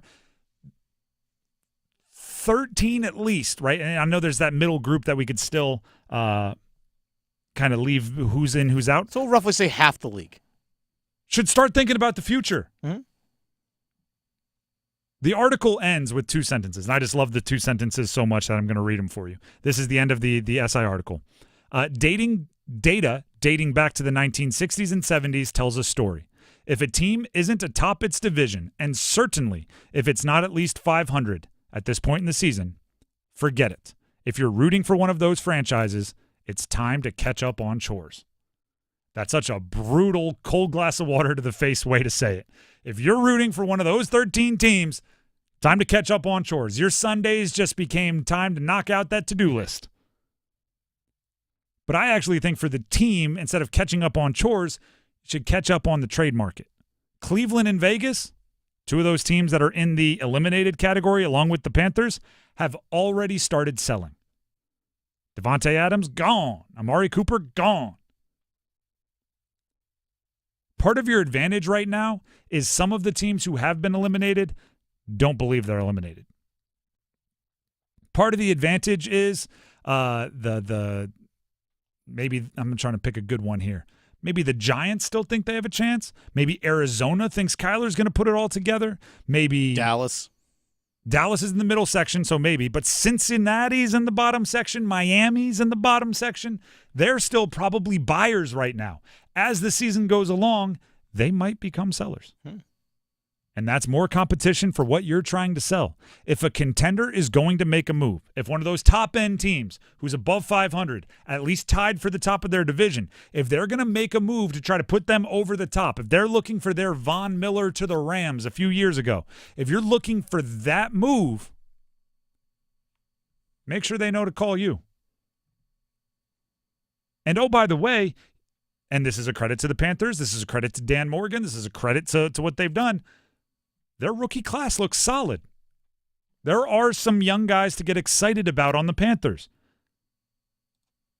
If a trade could maybe open up a few more opportunities for them to get on the field and accelerate their development, killing two birds with one stone. Now you're getting good on two different fronts, bringing in draft capital in a trade and giving more air and oxygen and nutrients and resources to your young guys to get better. Dave Canales, the head coach, spoke with the media and talked about the progression of the rookie class. All the guys that we've counted on, the rookies, speaking, and in particular to the rookies, we've seen them make plays when plays have come to them. It starts with Xavier all the way through, Jonathan we got to see, but Jatavian's made plays. Trevin's been out there playing. Shaw's had great snaps, and made some plays too. So these guys are just growing in our systems. But when they've had opportunities, Jalen Coker, an undrafted guy who showed some ability to us, and came in. They're showing that we can depend on them to make plays when we need them to. And now it's just the weekly progression of the details that it takes to be a pro, week in and week out. And as we all know, the rookies, that the amount of volume and work that happens in a pro season, that is the challenge, so just a lot of support, all of us rallying around them, and veteran guys talking to them too and saying, hey, it's going to come, and just the confidence and encouragement that comes from the full group. That, again, Dave Canales, Carolina Panthers head coach. Quickly here, before we get to the end of the show, I'm even more confused by some news coming out about Tony Bennett's retirement. The first line I'm going to read is obviously fantastic.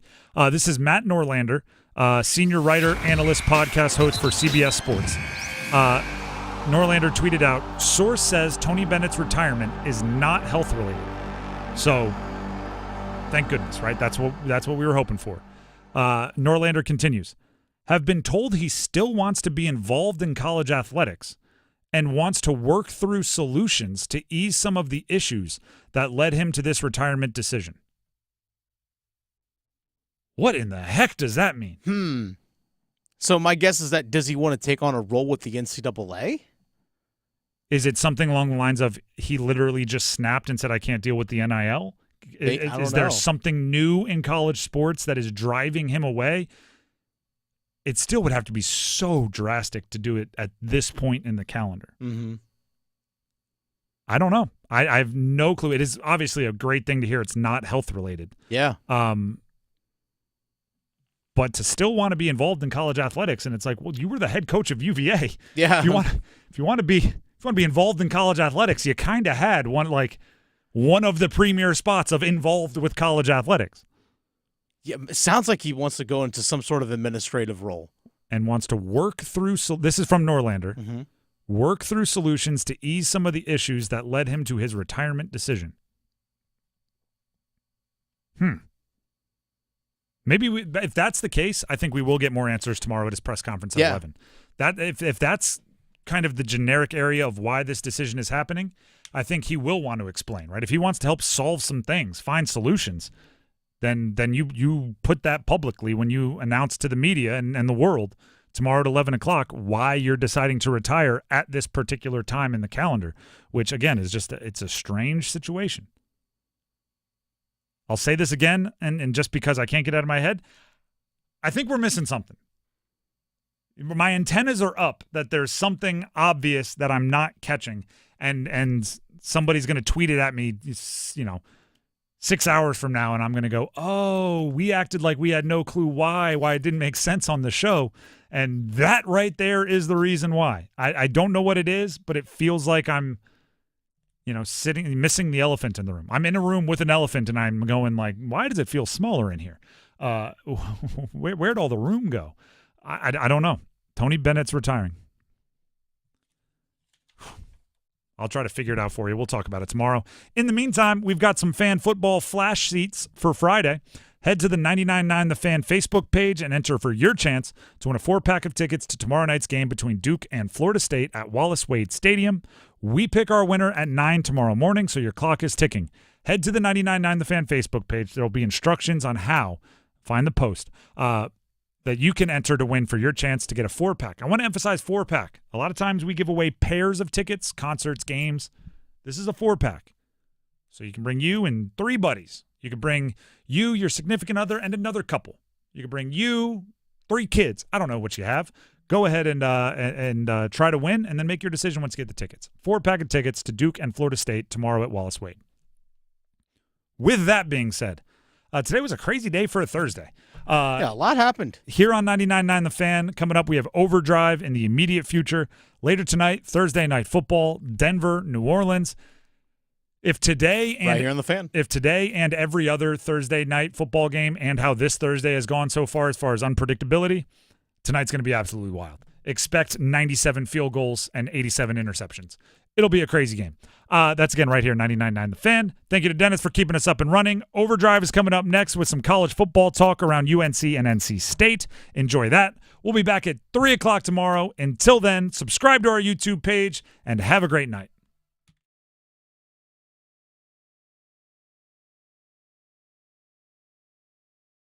We're kicking it this fall with college football. Join 99.9 The Fan all season long and catch your favorite teams in action.